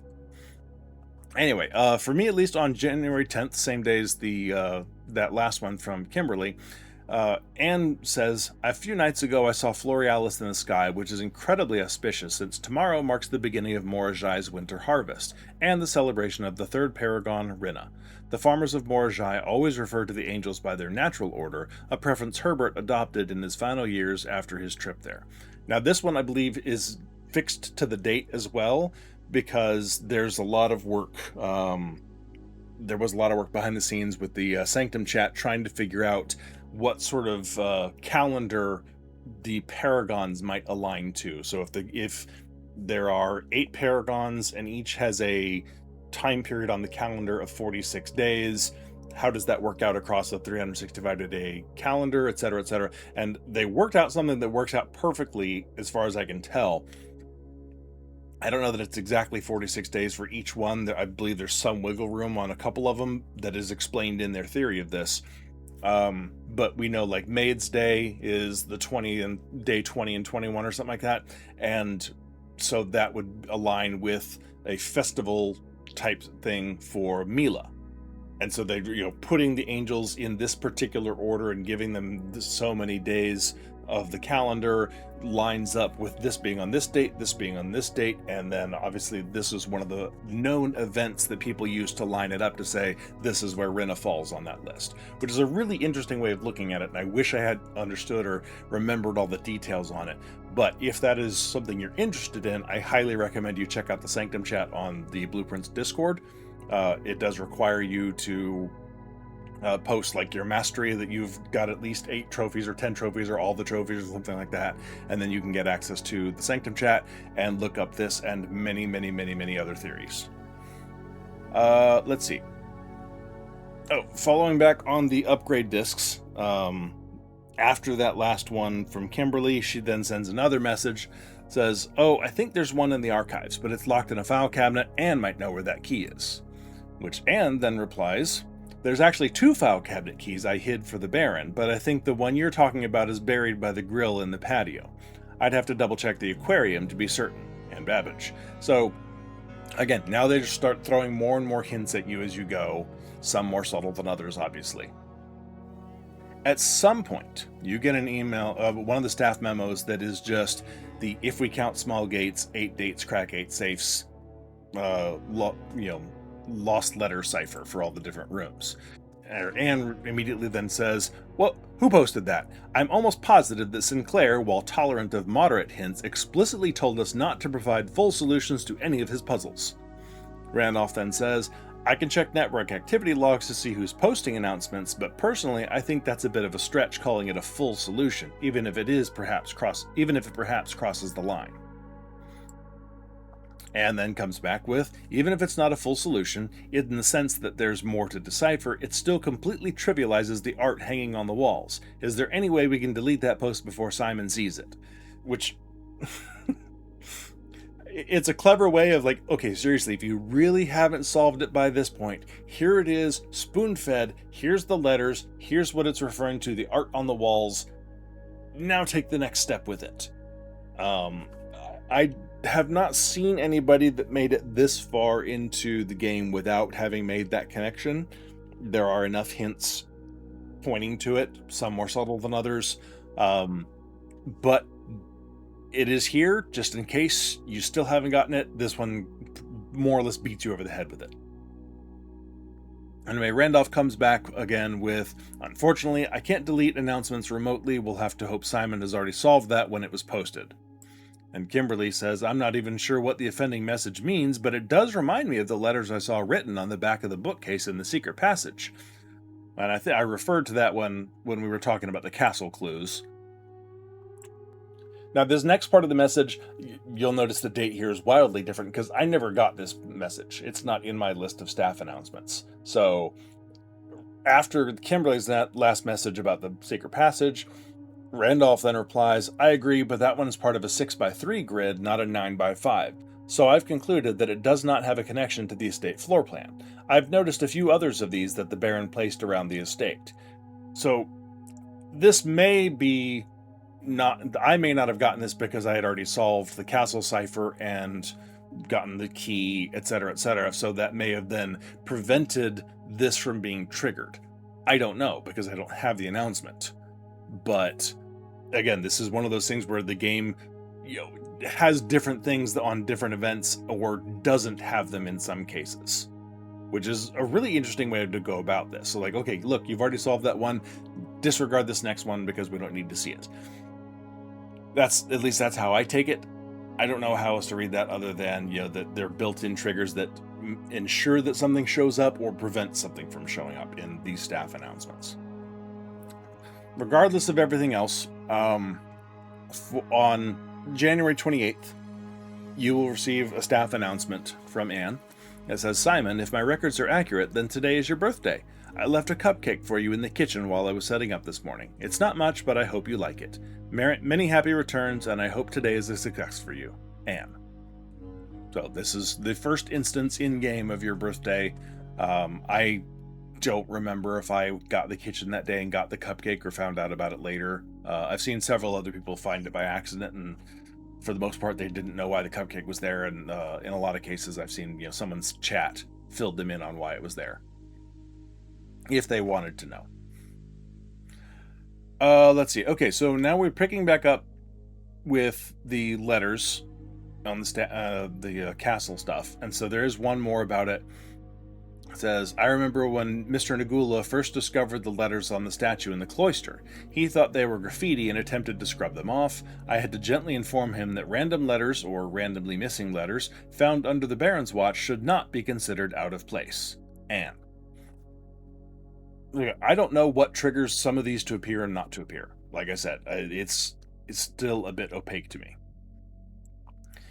At some point then, Kimberly just says, I don't have much to say, but I hope you're doing well, Simon. And someone else replies, some days I wonder if he's even reading these. Don't know who sent it, though. Randolph then sends back, says, we must be patient and wait. We will return to the estate when Master Simon has done all that he's set out to do alone. Randolph, or Moore. I believe this is a fixed date. I don't think I've ever seen it any differently, but on October 12th, 1994, Kim Thompson sends that, Simon, I want to let you know that Randolph Moore has finally retired and I'm taking over as lead administrator at Cinca. I know you worked closely with Mr. Moore during your time at the estate, so I thought you would appreciate the update. It's going to be a big change for everyone, but I'm excited to take on this new role and keep things running smoothly. At that point, we're pretty much done with the clue-based staff announcements, and for the next couple of years, all you get is Happy New Year, wishing you a happy and prosperous 1995 from all of us at Cinca. And then Anne on your birthday sends January 28th again, happy birthday, Simon. Once again, I've left you a cupcake in the kitchen. December 31st of 96. Happy New Year. The entire staff is celebrating here in Trensdale, which is great since many of us haven't seen each other in years. Wishing you were here, Anne. Your birthday in 1997. The entire staff wanted to take a moment to wish you a wonderful birthday, filled with joy, happiness, and of course, a cupcake. Enjoy, Ann Babbage. Then nothing again until New Year's, December 31st, 97. Happy New Year, Simon. May 1998 bring you success in whatever it is you're doing up there on the estate. Kimberly Thompson. For your birthday in 98, well, it's official. You are now finally an adult, 18 years old and free to make all your own decisions. Even if we're being honest, you managed to spend the latter half of your childhood unsupervised, so the freedom is likely familiar. Happy birthday, Simon. Anne. Then nothing until January 1st of 99. As the sun rises on another new year as 1999 begins, it occurred to me that we may have some potential issues in a year when the calendar rolls over to 2000. I'm not 100% sure that the network is going to be able to read our data storage format correctly. Either way, we can ignore the issue for now. Kimberly, which seems like a very poor decision on Kimberly's part, and I mean, if it were me, I would seriously question her role as lead administrator, and she might not last that long if this is her decision-making process. I'm just saying. Towards the end of 1999, on November 30th, Kimberly says, I'm starting to get anxious about the new year approaching as we've avoided addressing the year 2000 problem with our data storage format. I'm going to dedicate some extra days of work to the issue, and hopefully I'll have it solved before the new year. Kimberly. And then the last possible staff announcement is sent on December 31st, 1999. Coding preparations are done, and I think we're as ready for the big digit rollover as we'll ever be. However, if communications on here cease, you'll know the reason. Happy 2000! Done. So, Y2K is a thing on Mora, apparently, and despite her best efforts at ignoring it, it causes a problem, and staff announcements cease at that point, which is just as well, because I wouldn't want to make Tonda have to keep writing staff announcements, until Simon turns 80. But that is as far as they go. I think it was a clever way of doing it. There's some good information in there, like I said, especially like dates around the Festival of Rena, and some last minute bonk you over the head clues about some things, and some more subtle than others. And so I like the way these are done. And again, the timing of the staff announcements is a little bit of a black box, but it's based on what you have done in game. So I may still have missed one or two announcements in there. I tried to look for all the different ones I could find, and I added a few that I had missed, or that or not missed, but that I never saw. But there still could be others out there. So if you know of one that I don't have on here, by all means, pop it in the comments and let me know. I'd be curious as to what it says. So, all right, back to what we're talking about. The only thing left to do, if I just want to screw around for a few more minutes, is my optional list here. I've never collapsed the gemstone cavern. I kind of want to do that. I need a jackhammer. Also drafting the foundation outside, which means I need a monk. Uh-oh.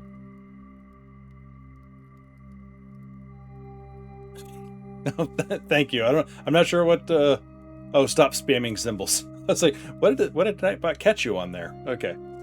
Thank you, Confusing Concussion. I appreciate it. Alright, so yeah, I'm not gonna worry about the baffler, because that one's alright, we'll try it. Optional days, we'll try for stuff. So number one, let's go see if we can get a shrine outside. So we need re-rolling ability and blue, so hopefully we should be good. Because let's just do the optional stupid stuff now. Alright, we need a shrine. Hey, there we go. We need...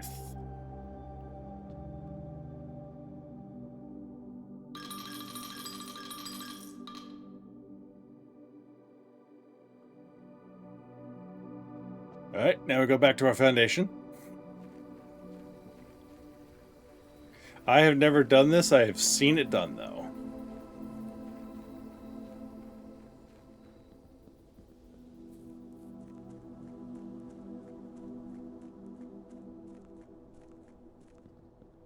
What is today? 46. Okay. Hey, today 46. We got our... Somehow I knew 46 was going to be the day that we've got the completion done.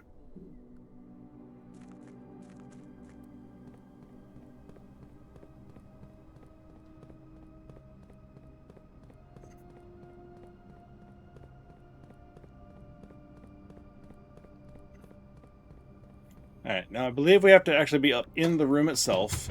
If we are down below the foundation, down here, and we monk, if I want to say it monks instead whatever room is in rank 5, the middle, so it would monk absolutely nothing. But if we were to draft something over here, in the... or no, down 1 and over. Yeah.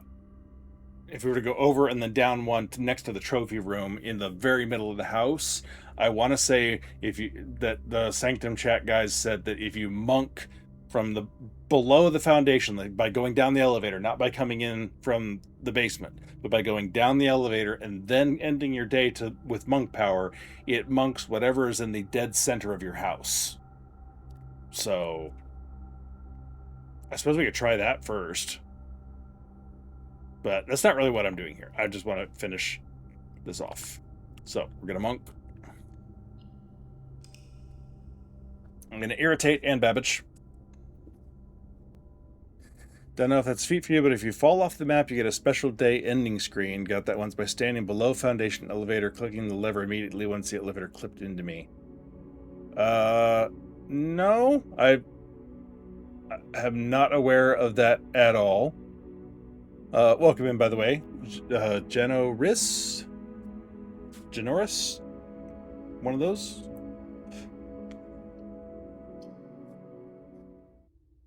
I know there's a couple of different ways people have clipped through and fallen, but what do you mean to a special day ending screen? What does it actually show you?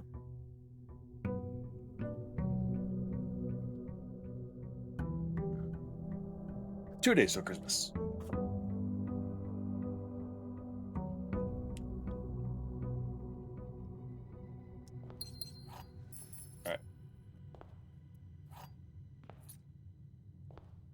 Let's go ahead and grab blue, because what I want is workshop and attic.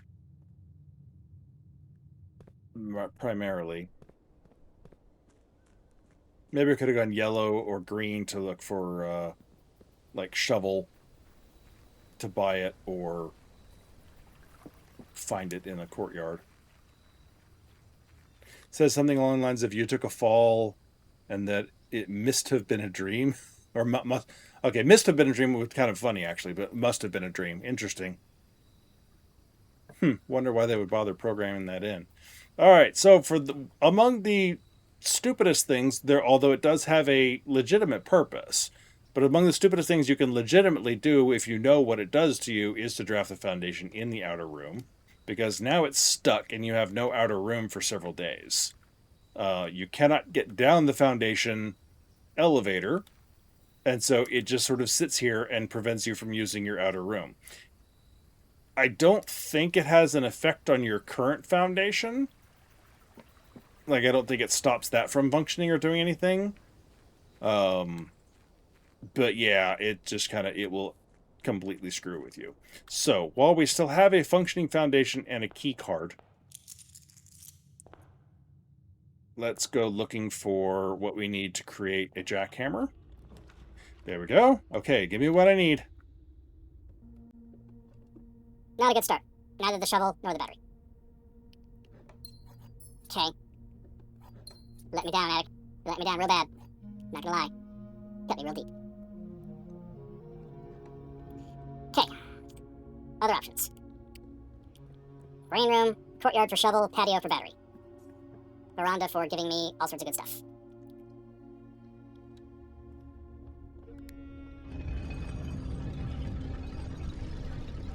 I thought we did this to reset the foundation. Yeah, that is the one and only valid reason to intentionally draft your foundation outside, is because then you have a chance to redraft it somewhere else. So if you get a really crappy foundation, like I've seen people with rank 2 foundation, which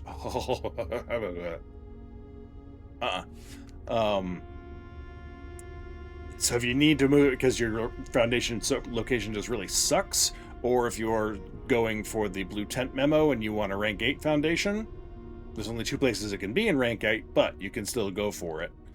That's a blue tent memo that I did not legitimately find for myself. I absolutely looked that one up because I did not want to move my foundation. I knew what would happen, I knew what was possible, and I was like, nope, don't want to screw with it. So that one. I looked up. Kennel is actually okay. I still don't have the shovel, but... Yep. Okay.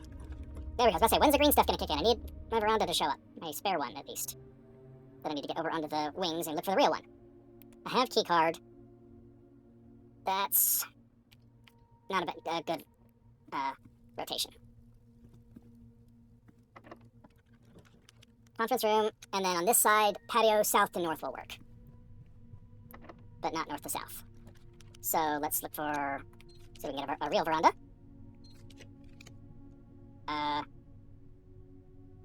It's green. Worth a try.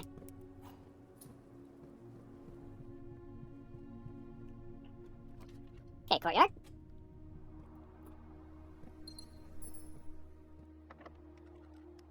Secret card's fine. Shovel, okay. There's one thing we need. So now we need to get to the other side and start hitting up for a patio, which means north to south or directly into the wing.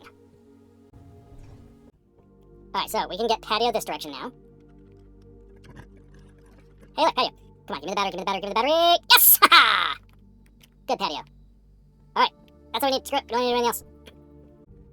Alright, one jackhammer, please. Now this I've never actually done, so I've been looking forward to this. Out of sheer morbid curiosity. Boss informed us, 2 ways, okay. Yeah.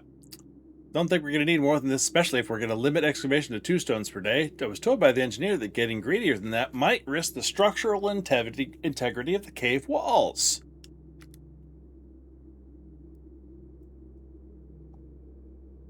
Despite having been warned of the cavern's stability, you may be able to use your makeshift jackhammer to mine for additional gems. However, each time you are successful, the chance of a mine cave-in will increase. Be forewarned, a collapse of any scale will permanently close this site, and with it the daily gems that it provides.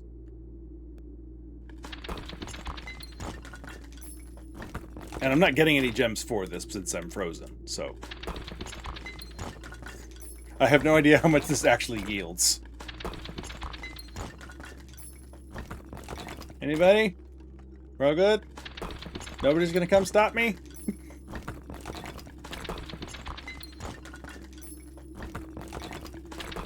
Can I just hold the button down and just keep on going and going and going? Come on! Simon's using those chicken wings of his.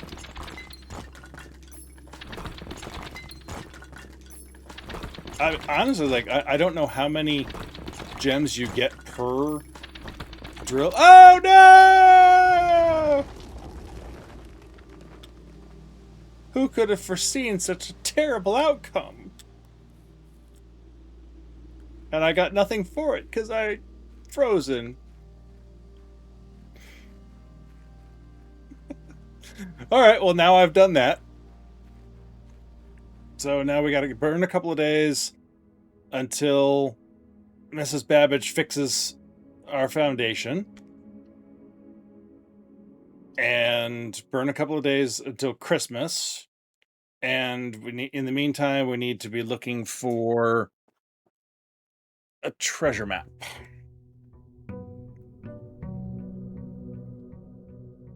It'd be fun if you could electromagnet the grotto.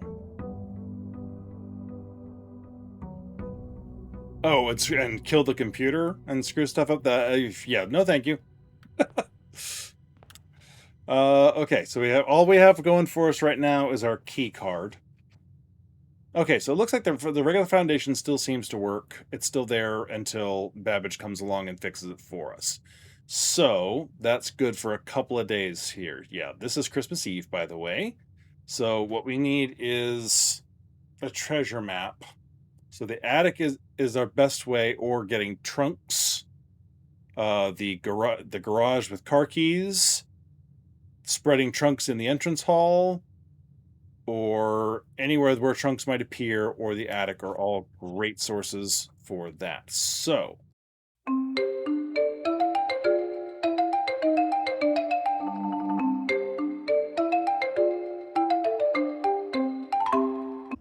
all right, well, all right, tomorrow's Christmas.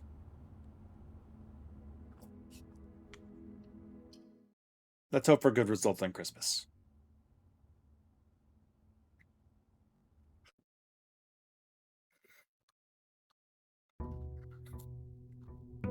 And this is also the last day I could possibly do because it's 2 o'clock in the morning.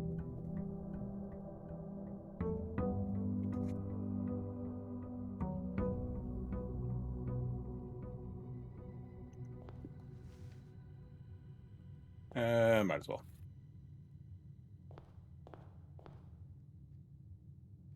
Okay, so we got the Anne Babbage note. Master Simon, imagine my surprise upon arriving at the estate this morning, only to discover a second foundation, so casually situated among the trees and chirping crickets of the west grounds. Now, I have never professed to be a skilled draftsman, and maybe this is not as unintended as a mistake as it appears. There is a chance that this redundant room is part of some greater strategy I cannot fathom, or perhaps more likely, morbid curiosity simply got the better of you. However, should that curiosity wane and you come to regret your recent decision, this can of repellent will certainly prove useful. Anne Babbage, house manager. So there's a repellent, which I forget if she will automatically do it after a couple more days, but we're just going to go, well, yeah, because we're just going to take it out of the draft pool, because if I can't get what I'm looking for today, then we're done. Everything I have left that I'm trying to do here is completely optional. Well, actually, there's only one thing left that I'm trying to do.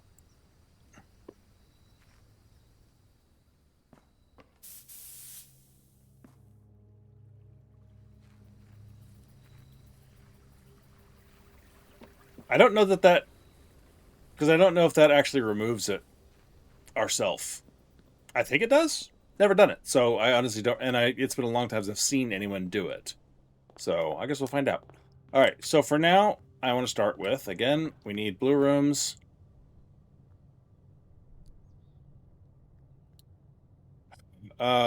Except I also need.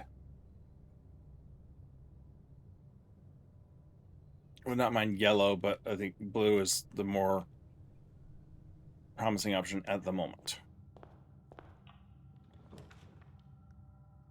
And we don't have our key card.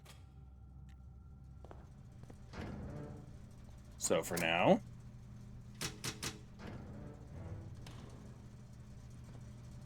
you have to take drastic steps.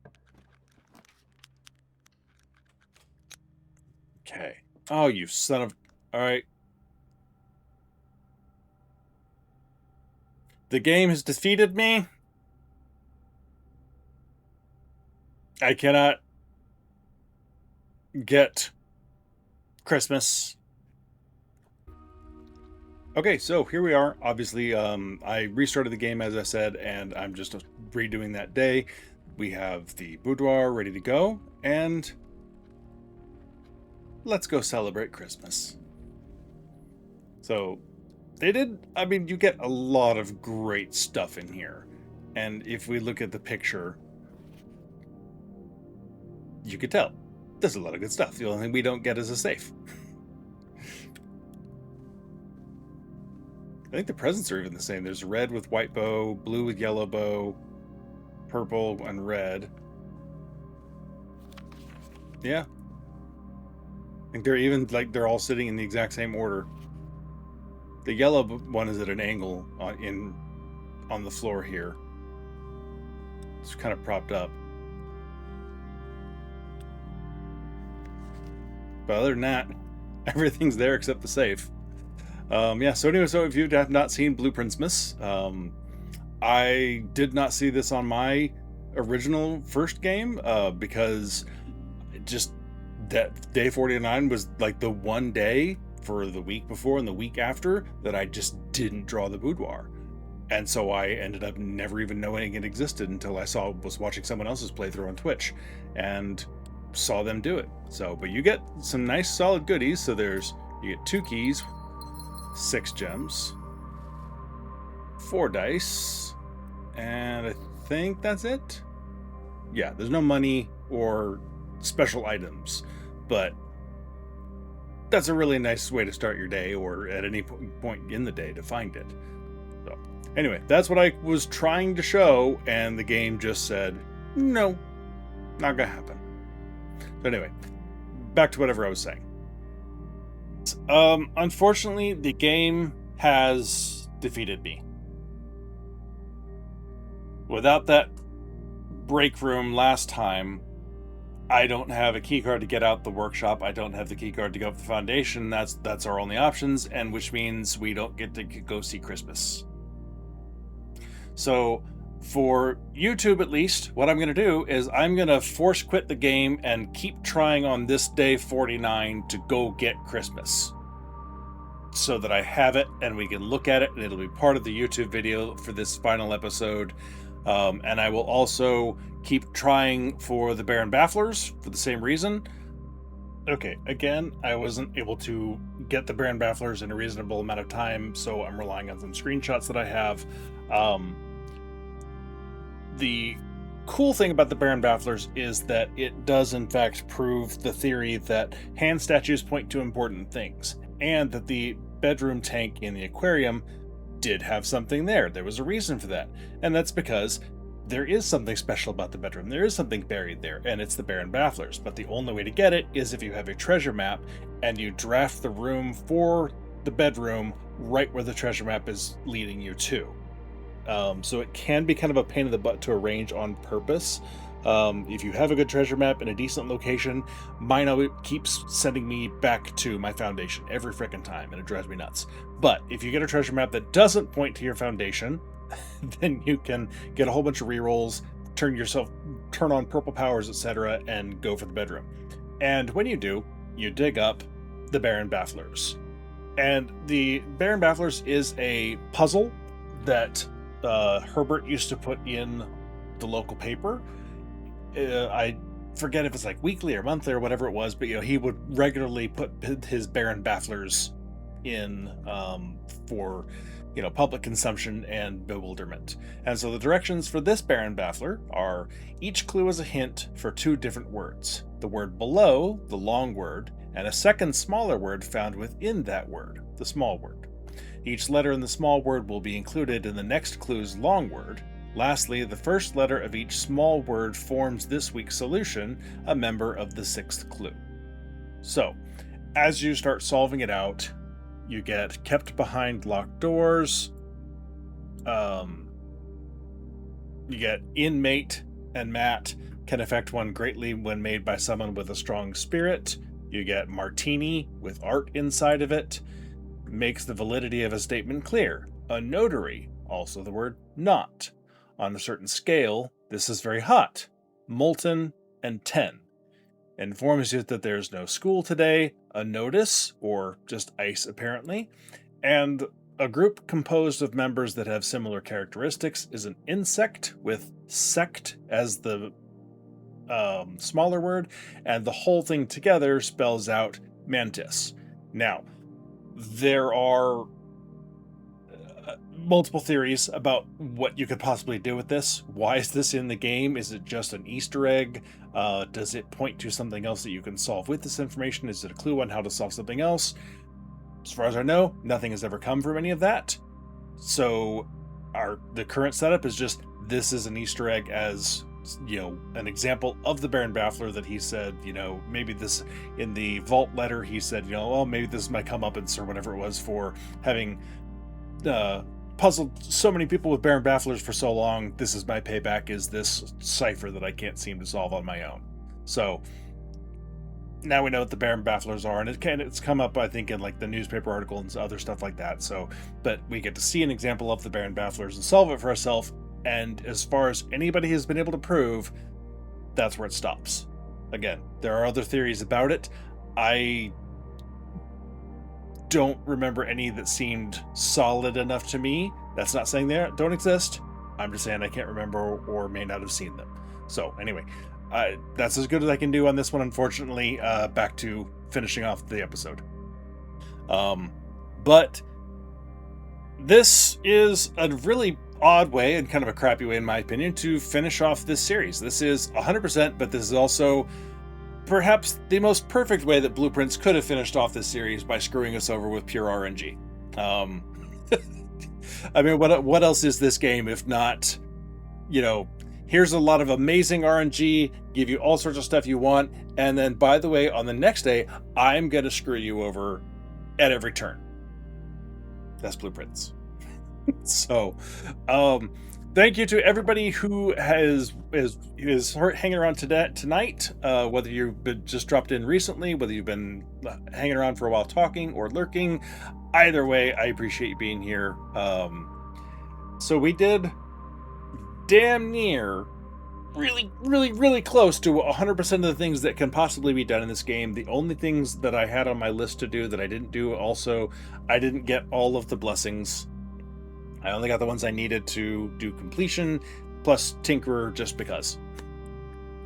So anyway, I finish off saying thank you to everybody for being here. If you are watching this on YouTube, especially, you got to see some extra content that the folks here on Twitch didn't, because I'm going to splice that in.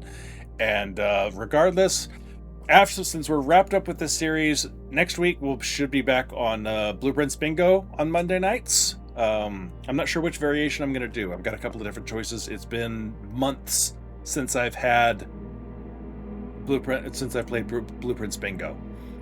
As I said, it's 2 a.m. for me right now, so I really just want to finish off here. And again, thank you everybody for being here. YouTube, be sure to leave a like, subscribe, please, and come back for more content. I don't know what we're playing next on Wednesday and Friday nights. I haven't decided yet, since we wrapped up Hogwarts. Figure out something, though. So anyway, hope to see y'all there.